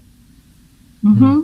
And I gotta say real quick, like I said, I was kind of just watching it. It wasn't that I didn't think it would blow up as much as it did. And then I did watch, was Franco, you had a panel on, and then Jackson, I watched some videos with you too. And I gotta say, because I like you, Jackson, and you kind of got like stuck as like the man that had to answer for everything. I felt like for a little bit, like for MPP, and I didn't really understand why, because I felt like for you, like I can tell you just want to believe. I think that you are optimistic, and which is good. Don't lose that, honestly. And so you wanted like to believe that it's a good place, and maybe it will be. But I mean, I just wanted to say that because I'm not trying to say like fuck all those people. I just like to call shit for what it is, and it's more about the organization. I'm less interested in the individual people, because that's not going to get us anywhere. You know, you can point out that this person is shady or whatever, but it was just I agree with Glory just in her analysis of it. But my only thing that I want to kind of show, or at least understand about MPP, is how does the organization actually work? I don't care necessarily who's running it, and I mean that in like, I care, but I want to show like the bigger picture, which is like, how is this organization actually operating? Because that, are they sticking true to their own words or the founders' words? Like how is that going, rather than just again seeing people devolve into arguments? But I just wanted to point that out. I found it interesting that like Jackson, I just felt like you were kind of like having to answer for a lot of actions that have nothing to do with you. So I just was curious like what you thought of that. I mean, I kind of put myself out there to give commentary on what I thought was happening, and I tried to give my take on what was happening. But yeah, I mean, I don't know. If you're putting yourself out there, then you better be willing to, deal with whatever disagreements people have with you. And I think that's what it came down to. I wasn't saying like that. I was honestly just asking like what it was like. I didn't mean it like in a bad way. No. I'm not saying it in a bad way. I'm just saying like, I put myself in the position, because I felt pretty strongly about what I had to say, and I still do. That being said, I think if we're having a conversation about any party, we have to have a conversation about all parties. And to wrap this into the larger discussion of today's stream, electoral politics versus activism, I think identifying solely with one party over another splits the left into further fragments. If you are a fan of electoral politics, then we need to be. Like, I voted for Greens this election. I voted for Dems. If I had a PSL, I probably would have voted for PSL. In a local district, I wasn't too familiar with their presidential nominee. I even voted for independents, and I voted for one Republican on my local city council. So I think like I get painted as the MPP person a lot. I think a lot of people get painted as like, one group or over another group. But I think it's important also not to like limit ourselves to one group over another group, because if we all do truly believe that like national electoral politics shouldn't be the sole focus, then why are we kind of like attacking each other so vociferously over national politics when we know our focus should be on local politics and local issues and the issues as a whole? Like, that's what, I've always said. Franco, when you and I had a conversation about MPP, and you were kind of discussing your thoughts on how they should be more like organizing focus as a party as they build their movement, rather than putting out influencers and celebrities to try and rein people into their ranks. I responded and I was like, I think the sole focus of a party should always be around the issues. If you lead on the issues, then you're never going to lose people, because if you're deeply committed to the things that you're pushing for, then how could you lose? So I think that should be the focus. And I think, we should hold, I guess, that form of accountability to all parties, not just MPP, but also Green, PSL, everyone involved. And I mean, yeah, that's about as much as I had to say. I didn't know we were going to be having this specific conversation about MPP in a debate about this, but we're here. This came up. I don't know. That's I had my time going after the Green Party, because that shit that Howie and like the Green Party leadership did to the rest of the candidates was just so effed up. Like people have these hopes. Like, it's people initially, like for me at least, people start out having hopes in like individual people, like individual politicians. Like, I had my hopes in Bernie Sanders. I thought that he was going to save us. Some people think that, then people started thinking that Bernie and the squad were going to save them. But, Jimmy revealed how ineffective they were. Not just him, but other people were saying that. Some people with smaller platforms were saying that. But now, some people are shifting their focus. Some people saw the corruption within the Green Party. Some people are, some people are still with the Libertarians. I think it's more so people that used to be Green Party supporters are shifting their focus and having their hopes on MPP. I mean, that convention, there were so many people watching it. There were so many people that were excited. They had their hopes on MPP taking down the duopoly. They saw all these people that they admire who are commentators supporting it. So people were being guided towards MPP.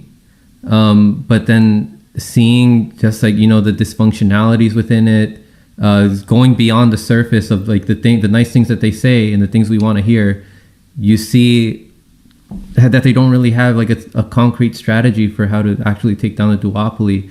And then people still have their hopes on it. And so I think it's important for people to be, swallow the bitter pill and see that MPP is likely not going to succeed because of these dysfunctionalities that aren't being acknowledged. Sorry to interrupt, but wouldn't you say that like targeting districts and running candidates in those districts across the country is a strategic plan as to how to like at least begin to crumble the duopoly in this country? Like if you're I had someone on named Steve Coleman who wanted to run locally, and then MPP didn't take action. They're like just telling him to wait, and then they're like they haven't had like a slate of candidates yet. They're planning on having their first slate of candidates in the upcoming election. So if someone had like a special election they were running in say 2019 or 2020, I don't know when their election was.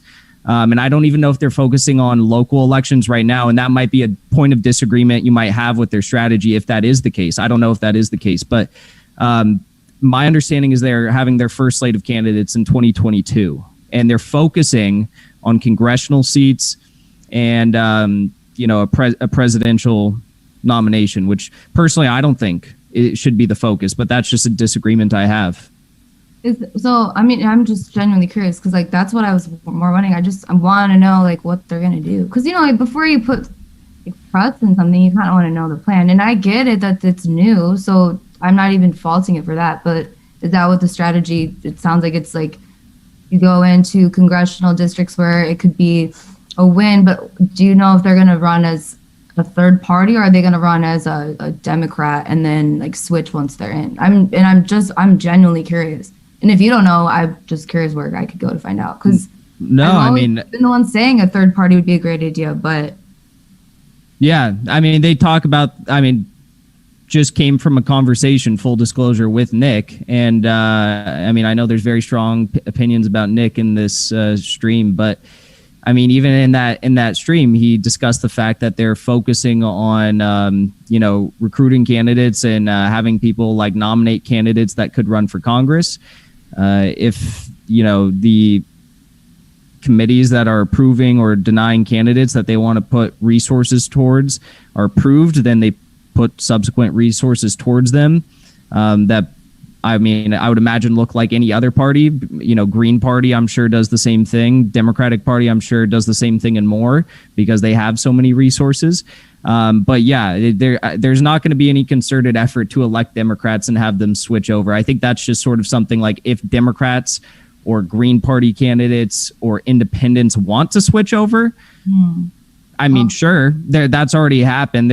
I think there was a Dem or an independent in some state legislature and someone in a local position who decided they wanted to switch over.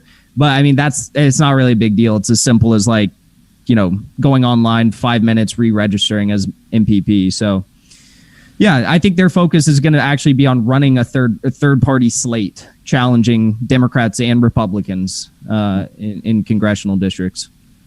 How will they overcome? That sounds like a pretty good strategy to me. I think that goes to what we were talking about at the very beginning of this panel, which is at the very least prioritize local politics over national level. Like MPP, just from what you're saying, seems to be staying strictly on the national level, which is the most I'm not sure about that. position. I said I wasn't sure about that. Okay, yeah, but just from what you said, and just to top that all off, like, I'm going to take another one of Steve's phrases. You can't vote your way out of an oligarchy.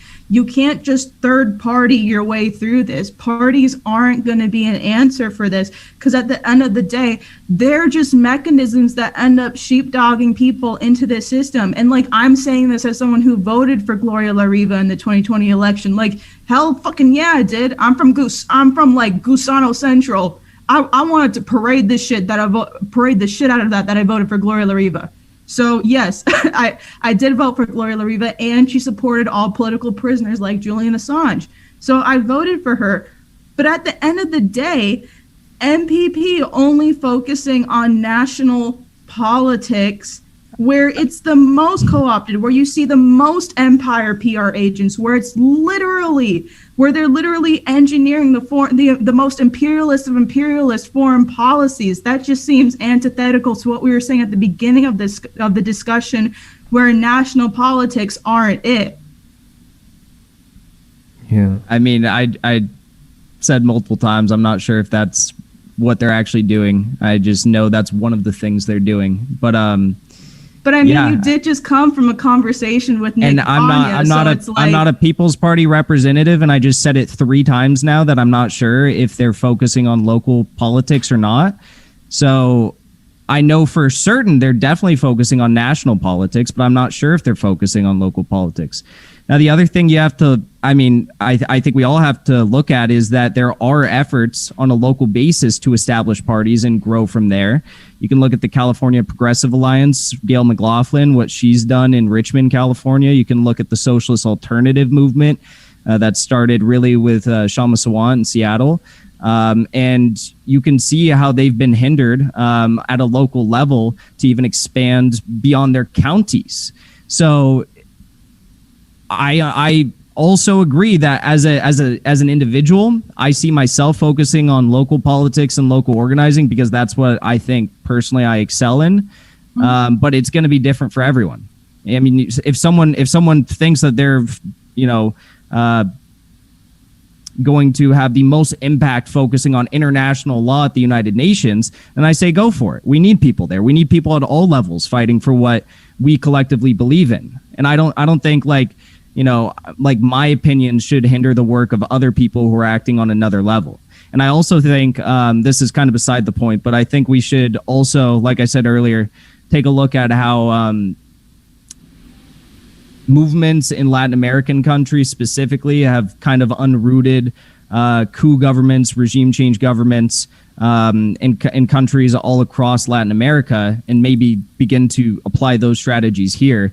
And if you look at those, it always comes back to massive mobilization of grassroots organizing on both local and national levels. The thing that these Latin American countries have, though, is they have more secure elections. Like here in the States, it's a big obstacle.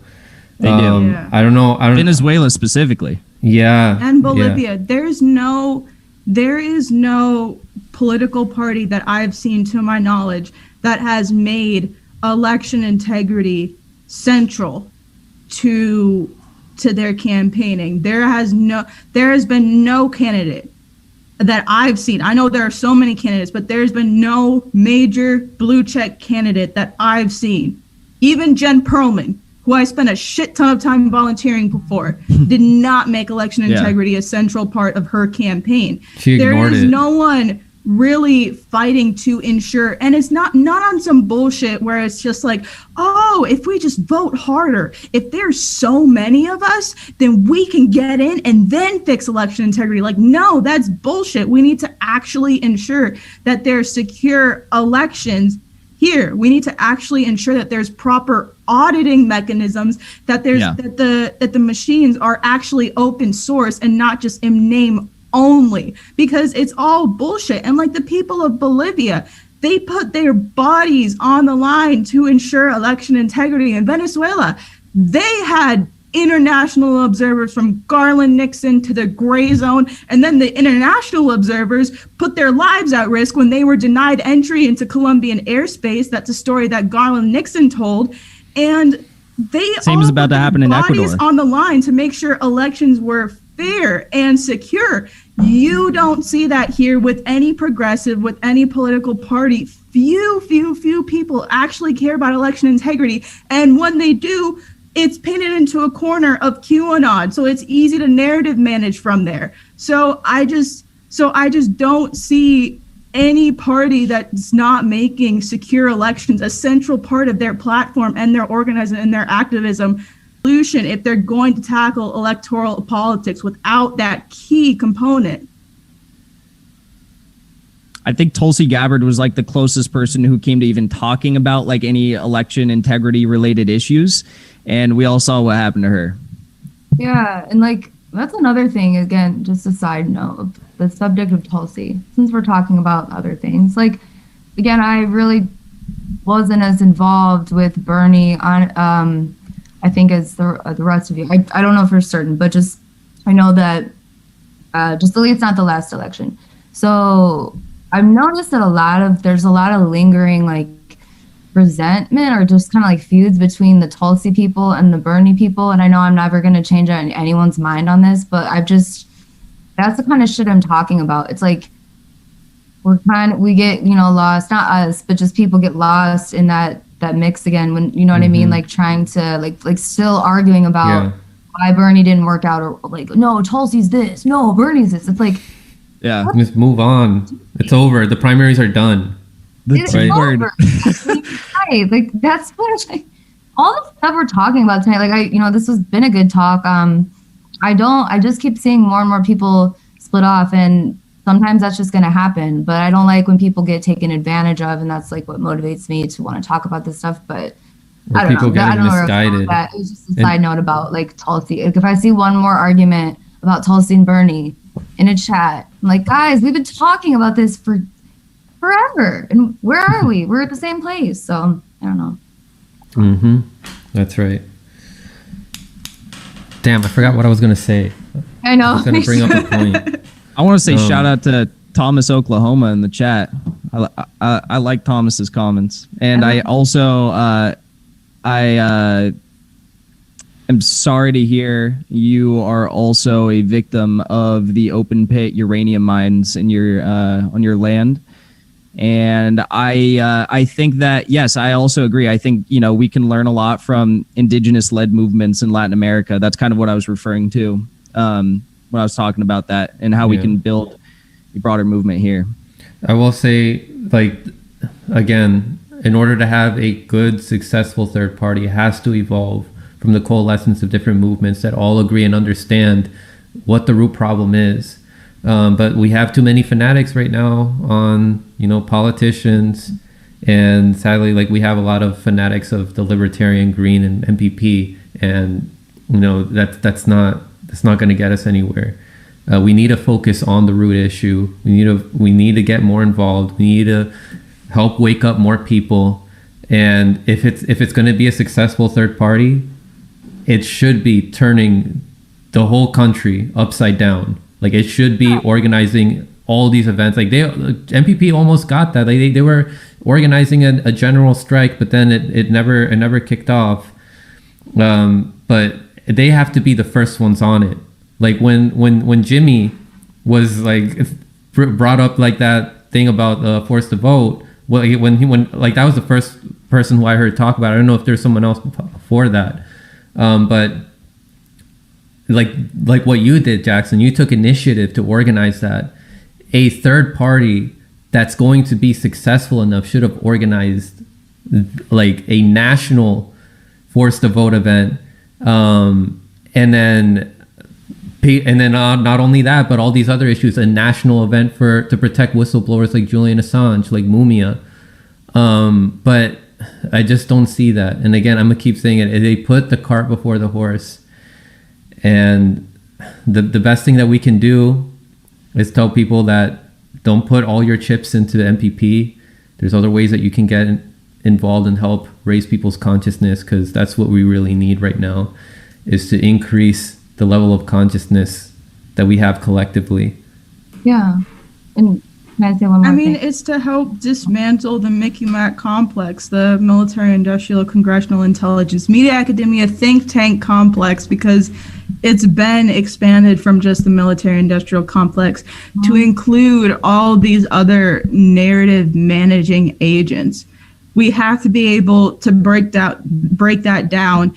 And part of it starts with giving a fuck you to YouTube and covering the shit that you want to cover, not censoring yourself, being able to cover shit that actually, being honest about what you're presenting your audience with. Like Jimmy Dore, he almost gaslights his audience into saying, "Oh yeah, I'm the only one covering this." Oh my, I hate Jimmy, that. Like we got no. Jackson, we got Glory, we got Ali, all talking about this stuff. You're not alone, Jimmy. Why don't? Yes, you have us. Okay. You have us saying this. You have Slow News Day saying this. You have so many other channels saying this. You have Whitney Webb being 7 years ahead of everyone on this, and then you present yourself as if you're the only one saying certain information. But the thing with Jimmy is, like, if he's gonna be like that with his audience, then don't be afraid to bring up the vaccines. Don't be afraid to talk about Op Warp Speed.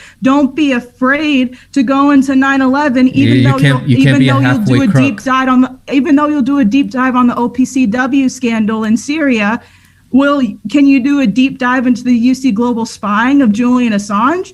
How about talking about 9/11 so we can finally understand one of the key points, one of the key psyops in our history, which led us to the point where we are now? Can we talk about COVID? Can we talk about the Great Reset? So many people perpet themselves as the only ones in this, as the only ones really pushing the envelope. Come on, guys, you are not alone. And it's like, listen, I love these people. I got nothing but love for them. I've still watched them to this day. But stop acting like you're alone, because I promise you, you're not. And I promise you, you can push the envelope even more. You can become Julian Assange. You can be Assange. You can be even more of a thorn in the side of the empire. Because at the end of the day, no matter how far you choose to step outside the line, if you put so much of a toe outside of the line, you're going to be silenced, you're going to be censored, you're going to be fucked with. And if you're going to be accommodating and if you're going to self-censor, they're going to push you around anyway. That's why Steve automatically demonetizes all the videos, to not give YouTube any money. But still take super chats though. Yes. That's why all I should have done that. Oh my god. But whatever. When YouTube gave us our first QAnon context warning, you know what we did 2 streams after? We put it in our title. Give us the context warning. Yeah. And we had Whitney Webb and Johnny Vedmore on that episode too. You got to be in their faces with this shit and not afraid. Don't let them push you around, because otherwise they're going to keep doing it and it's only going to get worse and worse. And the gatekeepers are only going to get more and more fired up, and they're not going to stop. It's only going to get worse from here. So you have to take a stand. You have to support Assange. You have to say fuck censorship. You have to resist this incoming Great Reset and this further augmentation of the national security state, which is being fueled by narratives of this insurrection, trying to tell you to snitch on your own neighbors. Really? You think when Clearview AI database searches went up and they were collaborating with law enforcement, you think that the FBI needs your help, needs your snitching to be able to do this shit? No, it's all to train you. It's all to train you to be able to buy into their bullshit and snitch on your neighbors and further divide us. So don't let that shit slide. Question everything. Question these narratives, and don't be afraid to. Don't be afraid to question everything, even if you're wrong. Even if you're wrong. Like, bro, we want to be wrong on Op Warp Speed. We want to be wrong on 9/11, because the implications of us being right have led us to where we are now. So we have to be able to stand up. And, you know, one of the big things is it starts with getting out in the streets and occupying these spaces of the national security state, of places like Google, like Palantir, not just DC. Yes, DC, but not just DC. Like Silicon Valley, YouTube, just saying fuck all of this shit. Fuck this whole system. The most effective way for us to, change. I keep trying to self-censor myself because I'm afraid, but to take down the empire is we have to be fully informed about what is actually going on. So we really need to understand like the root causes, right? So I think a lot of people are afraid to go full on into this, and they only give you like some, I don't know, half measures of the truth. Like they don't want to go deeper into it. Like Jimmy Dore was saying that he's the only one that's criticizing Fauci. Really, Jimmy? Steve is saying like it's Jimmy's is terrified of competition. I don't know if he's conscious about that. I don't. It might be that he's only paying attention to like the bigger channels. But I mean, when's the last time that he had on like Niko or Fiorella or Pasa, all of who do a lot of research on election integrity and who do great work on a bunch of other issues? He's had each one of them on once. When's the last time he had on Richard Medhurst, who talks a lot about foreign policy and goes really into depth with it? Never. The ratio of times Jordan Charlatan is on as opposed to someone from Action for Assange is on is literally infinity. I mean, when you think about it, because he's had Action for Assange on, the prominent organizing group in Assange Action 0 time. And like he won't have Steve on. He won't have Misty on, despite the fact that Misty's tweets were dead ass giving him whole videos. The amount of content he's probably made off Misty's tweets alone. Oh no, I'm talking about Whitney Webb, my bad. But yeah, he's never had Misty on. Yeah. He's only shown her tweets. But look, I like Jimmy Dore was one of the people that woke me up the most. I appreciate the work that he does. I love Jimmy Dore. I've had his back for so long. So just Jimmy, if you're listening, because you've watched my show before, just take this as constructive criticism. You have people here who have your back. We got your back, Jimmy. Whenever TYT is attacking you, we're right there. You got your little army. But just let other people know that you're not alone. We're not competing with you. We're trying to help you out. And by helping us out, you'd be helping yourself out too, and you'd grow even more. I don't know what you guys think. I would love to see Whitney Webb. These are thoughts I just had. I haven't spoken to a lot of people about this. Have her on, but please read her shit. Yeah, it's just fantastic at what she does. When I found out there were people on the left, honestly, who were into Whitney Webb, I was like, okay, because I mean, she. That's on me for not realizing that. Also, shout out to Tim Dillon because he always platforms. And I always have to say something about Tim Dillon just to lighten the mood a bit now. But yeah, I mean, he could bring on Whitney Webb. He could if he again to actually talk about this stuff. The one thing I'll say about Jimmy Dore is that he is, there's something with comedians. They're able to say more, so I think he is effective in that way. But then what I'm saying is, if you are only going to go that far, that's cool. But then I think it's, good for to direct people to other sources who know their shit about a certain topic, rather than either see them as competition or just not mention them at all. I mean, because there's tons of channels, just small channels that help their creators make better content. It's also all about staying true to the people who were there with you from day one and helped build you up. I think that's something that I'm sure it's hard to stay true to that, when you get to a certain level of fame. But I feel like it's, again, the responsibility of a lot of journalists, especially, and even comedians, anyone who's got a platform that's that big and they're going to talk about the issues to an extent, they can at least acknowledge or just talk about a little deeper, because let's just be honest, I don't see Jimmy Dore getting hit with the YouTube restrictions that everybody else is subject to. And I'm not mad at him about it, but I hope that he takes that as, a privileged opportunity to keep platforming different ideas, different people. I think it's great that he questions the Democrat Party. Frankly, I didn't know that was such a popular thing. I think it's great because for a while it was just only Republicans, but at the same time, it's always good to keep the smaller creators who provide that information essentially for you. Keep them on the radar too. What do you think, Jackson, about like what we said about Jimmy? Like, do you have any like agreements or disagreements? I know he was on your show recently. I will say he goes on people's shows, but I think that he should have invited you on for Force the Vote when you were organizing it and let people know there's this event in DC that's happening. This is the guy who's organizing it, Jackson Hinkle from the show The Dive. I don't know. What do you think?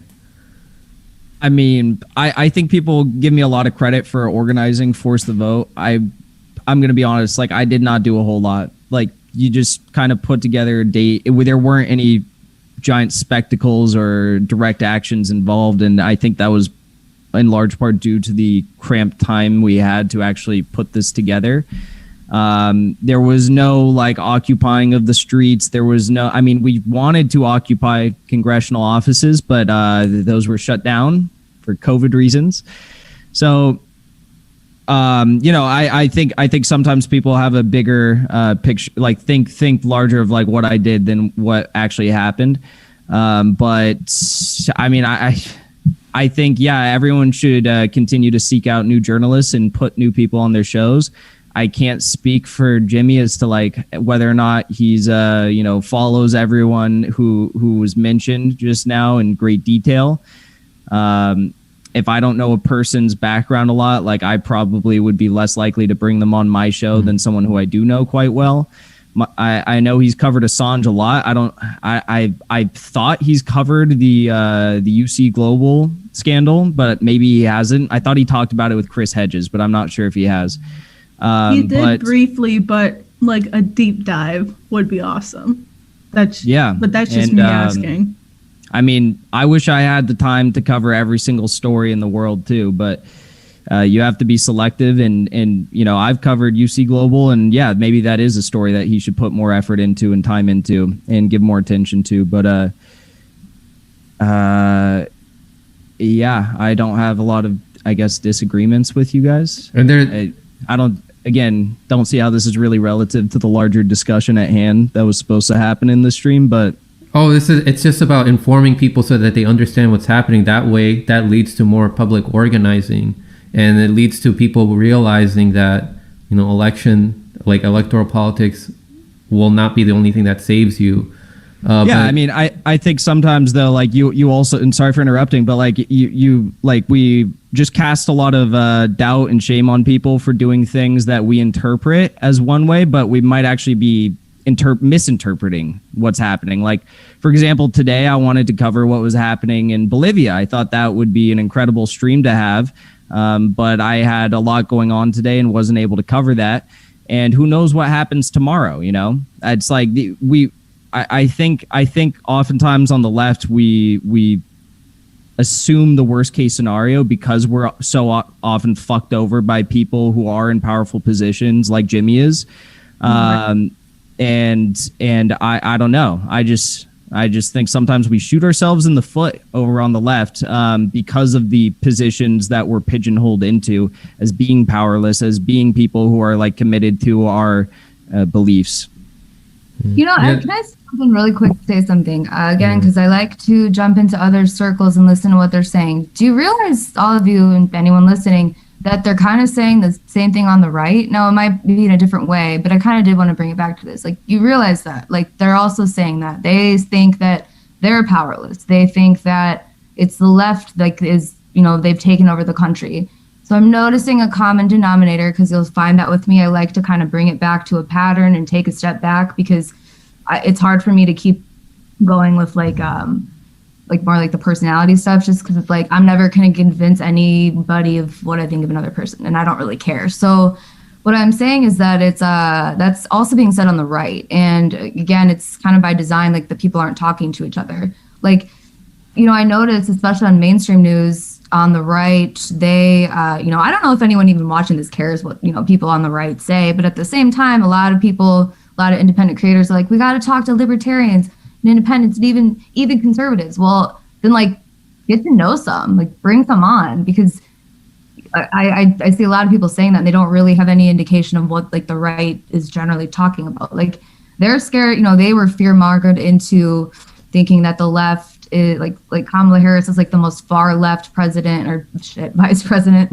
probably soon to be president, but a joke. Okay. Anyway, I was just saying that pretty much they're confusing communism and socialism in their minds, and it's totalitarianism. And then on the left, you hear a lot of name calling to the right, which is like that they're all Nazis, they're all fascists. Well, no, sure there are on both sides. There's bad people on all sides, but the common denominator is the oligarchy, the technocracy, that the bigger power. And so if you just keep falling for the same shit, which is like the duopoly and just the endless fighting, then we are going to keep devolving. I don't think that's going to happen. I might be, I'm an optimist, but I'm a realist, and I don't want to see any more division because we really do have so much more in common than we think. And just the way I channel that is through writing and just sharing information with people, and really just reminding people that free speech isn't something that you should take for granted, because shit can be taken away from you real quick. I mean, it is. I want to say like there's some people, because there's people in the chat that are like, oh, like you're being too harsh on Jimmy and blah blah, like we like he can't talk about like these conspiracy theorists. There are people that are calling Jimmy a conspiracy theorist for calling out Russiagate and for the OPCW reports. Like some of these things are like well documented and all. But again, I want to say there's people out there that serve certain roles. Like Jimmy is not going to be like this super expert on like foreign policy and all that, but he's able to inform people at a level where someone who is just waking up to this stuff can easily understand. He exposes the mainstream media and the other people in the synthetic left, the things that people are more familiar with. So he serves a certain role, but sometimes it can become too repetitive, and he's not diving into enough like. Have you ever considered maybe he just doesn't want to cover the things that you guys are griping about that he's not covering? Yeah, he doesn't want to cover it, but that's the thing. Like, why doesn't he want to cover it? Could it be that he might be afraid of getting his channel demonetized, or is he afraid that he might get hit a little too much? But if he's gonna tell his audience and remind them frequently, and I know because I watch Jimmy Dore, if he's gonna frequently remind people of how anti-establishment he is, how he'll be the only one willing to say something, how like, oh yeah, I'm the only one who'd be willing to challenge someone like Ro Khanna. If he's gonna go and say that stuff and paint himself as that guy, and like, listen, I know he's a jagoff comedian too. I know he's open about that. But he's also painting himself up to be like the only person doing what he's doing. If he's gonna act like that, then walk the talk.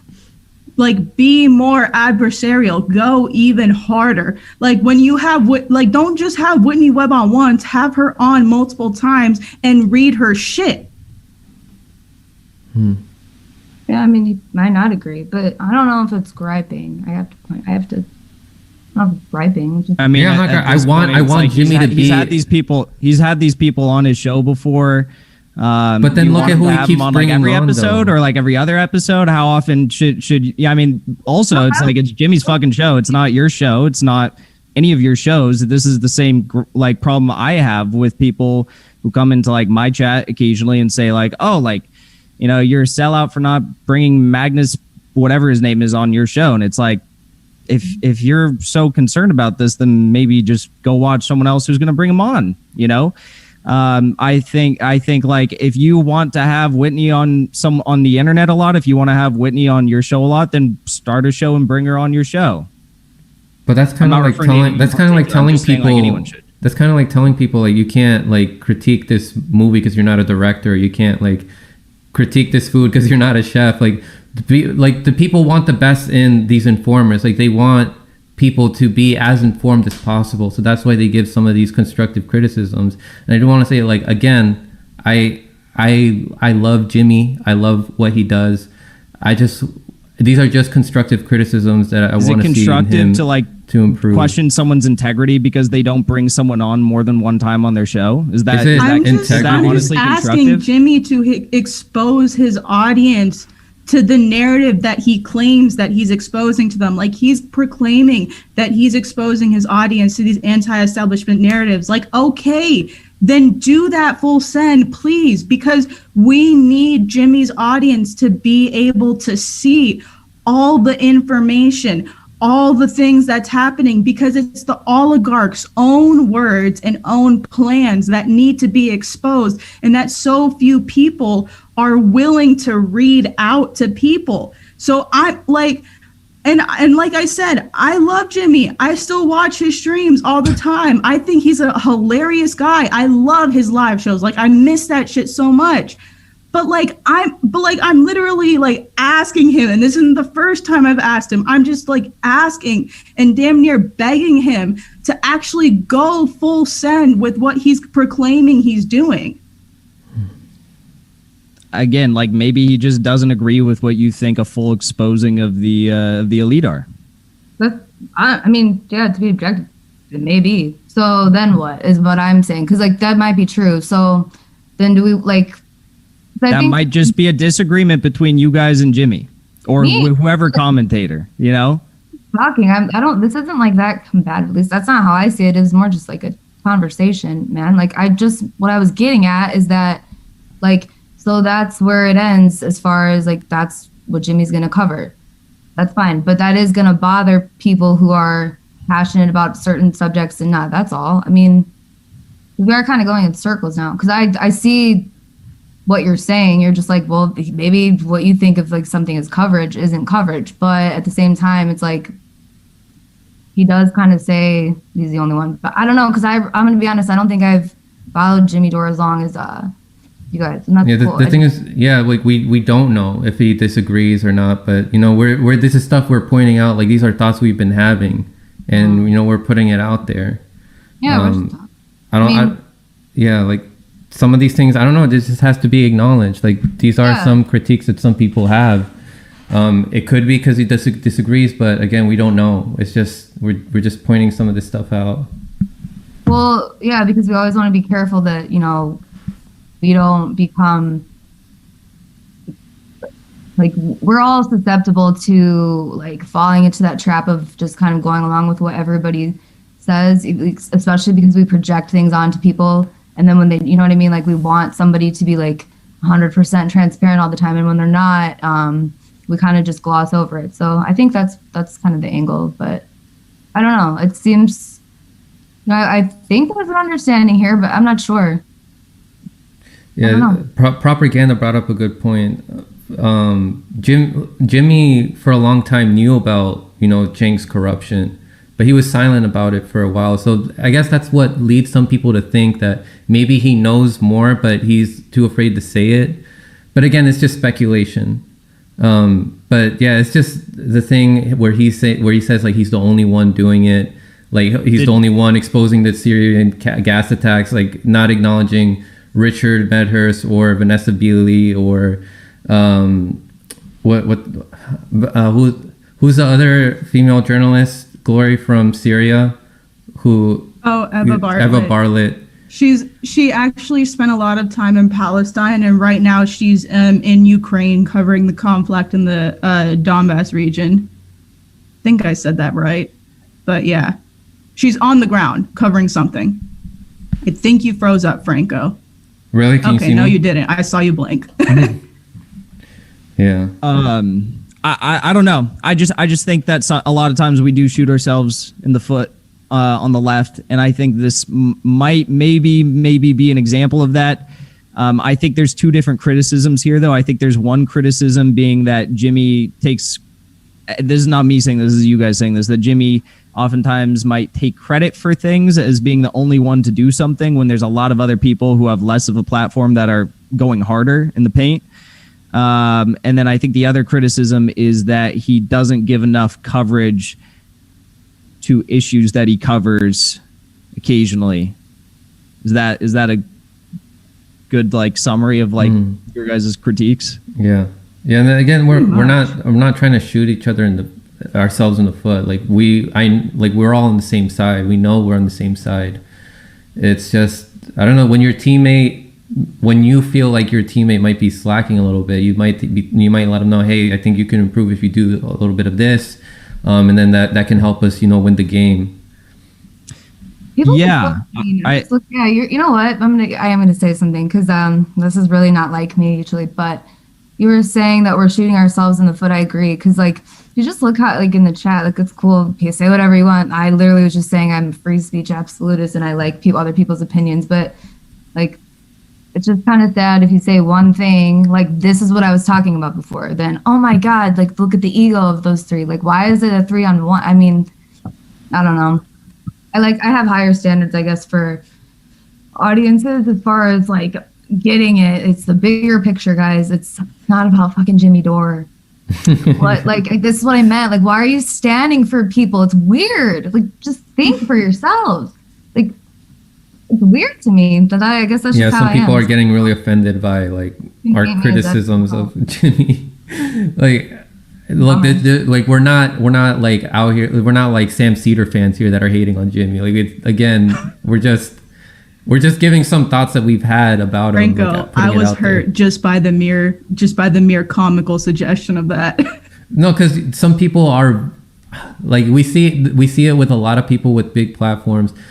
A lot of their fans are really sensitive to criticisms of like people that they listen to, like the Kyle stands or yeah, like, I mean. You see it on the other side too, like with Sam Cedar, like the Cedar. That's why I love the Slow News Day chat so much. Like, if there's like one little misstep in what me or Steve are saying, second I open up the Discord, like, hey yo, like I got this to show you. Like here's a couple articles to go with that, and like like I know I'm totally like derailing the conversation, but I can't say it enough how much I love our chats for that, because like.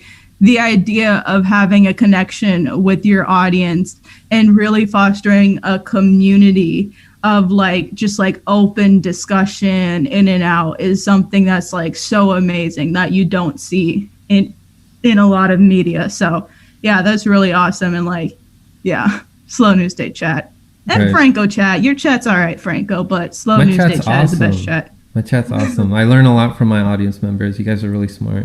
Before we close off, I do want to bring up again, the censorship that just happened on Patreon towards Whitney Webb, James Corbett, and Ryan Christian of The Last American Vagabond. Richard Medhurst is also getting censored by PayPal. What are your thoughts on that, guys? Do you think that more like whenever somebody gets censored, like what happened to HLM recently, where we all had him on our show? Do you think we need to do more of that when people get censored? Like we all just come together and like a bee swarm, just help each other out. We all go on each other's show and get the message out there, because if something happens to independent media, how are people going to know what's happening? What do you guys think? Right.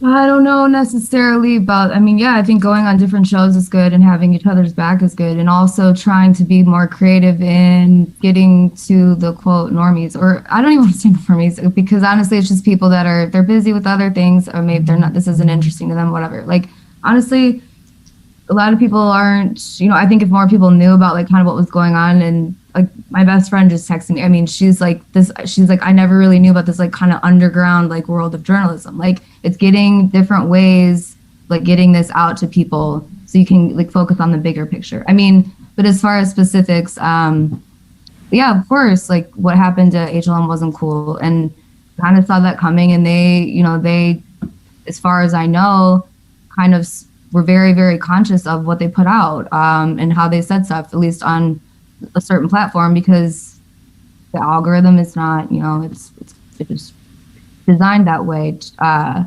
So at the same time, you get reinstated, and then it's got to be really hard to then still continue doing what you do, knowing that you're still going to be on the chopping block. But the bigger point, I think, is that even when you do their dance, they'll still come for you. So that's all I've really got to say about it, honestly. I don't know the answers. You guys tell me. I mean, I don't either. Yeah. That's why I love our chats, because they help with that. Yeah. I mean, yeah, echo everything Ali said, but I mean, it is nice to see communities come together when people are being censored and just have like, don't fuck with my friends type deal. Like, it was really nice to see people come together around people like Vanessa and Whitney and T-Lab, and hopefully we can get the same thing for your demonetized videos, Jackson, and people have come together around Hardlens as well. So just like keep doing that. And like I said, I mean, so I'm going to take this time to plug the Convo Couch's Fuck Censorship event on March 17th. That starts at 2 p.m.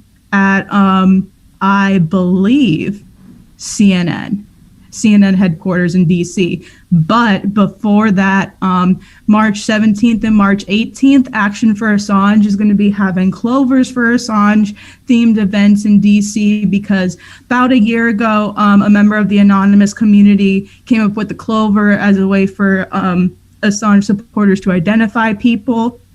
And we're trying to bring that into the real world via hijacking a holiday, which is going to be so much fun, because we'll be coming at the establishment, at the empire, with the same levels of absurdity of Julian's current situation, because it's so tragically absurd, the situation that he's in right now, where Belmarsh is literally holding his warm clothes in storage and refusing to give a legitimate response to the vast amounts of activists that are emailing and calling them daily, when he's being held in prison in the first place, despite the fact that the judge's extradition ruling in writing ordered for Julian Assange to be discharged from Belmarsh.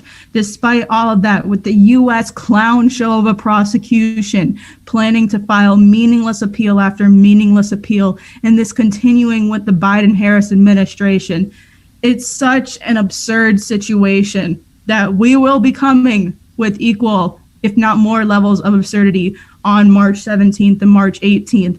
And then it'll also be a way to raise attention and get a lot of recruitment, really, because April 11th will be the 2-year anniversary of Julian Assange being dragged out of the Ecuadorian embassy and into Belmarsh following the $4.2 billion loan to Ecuador from the IMF.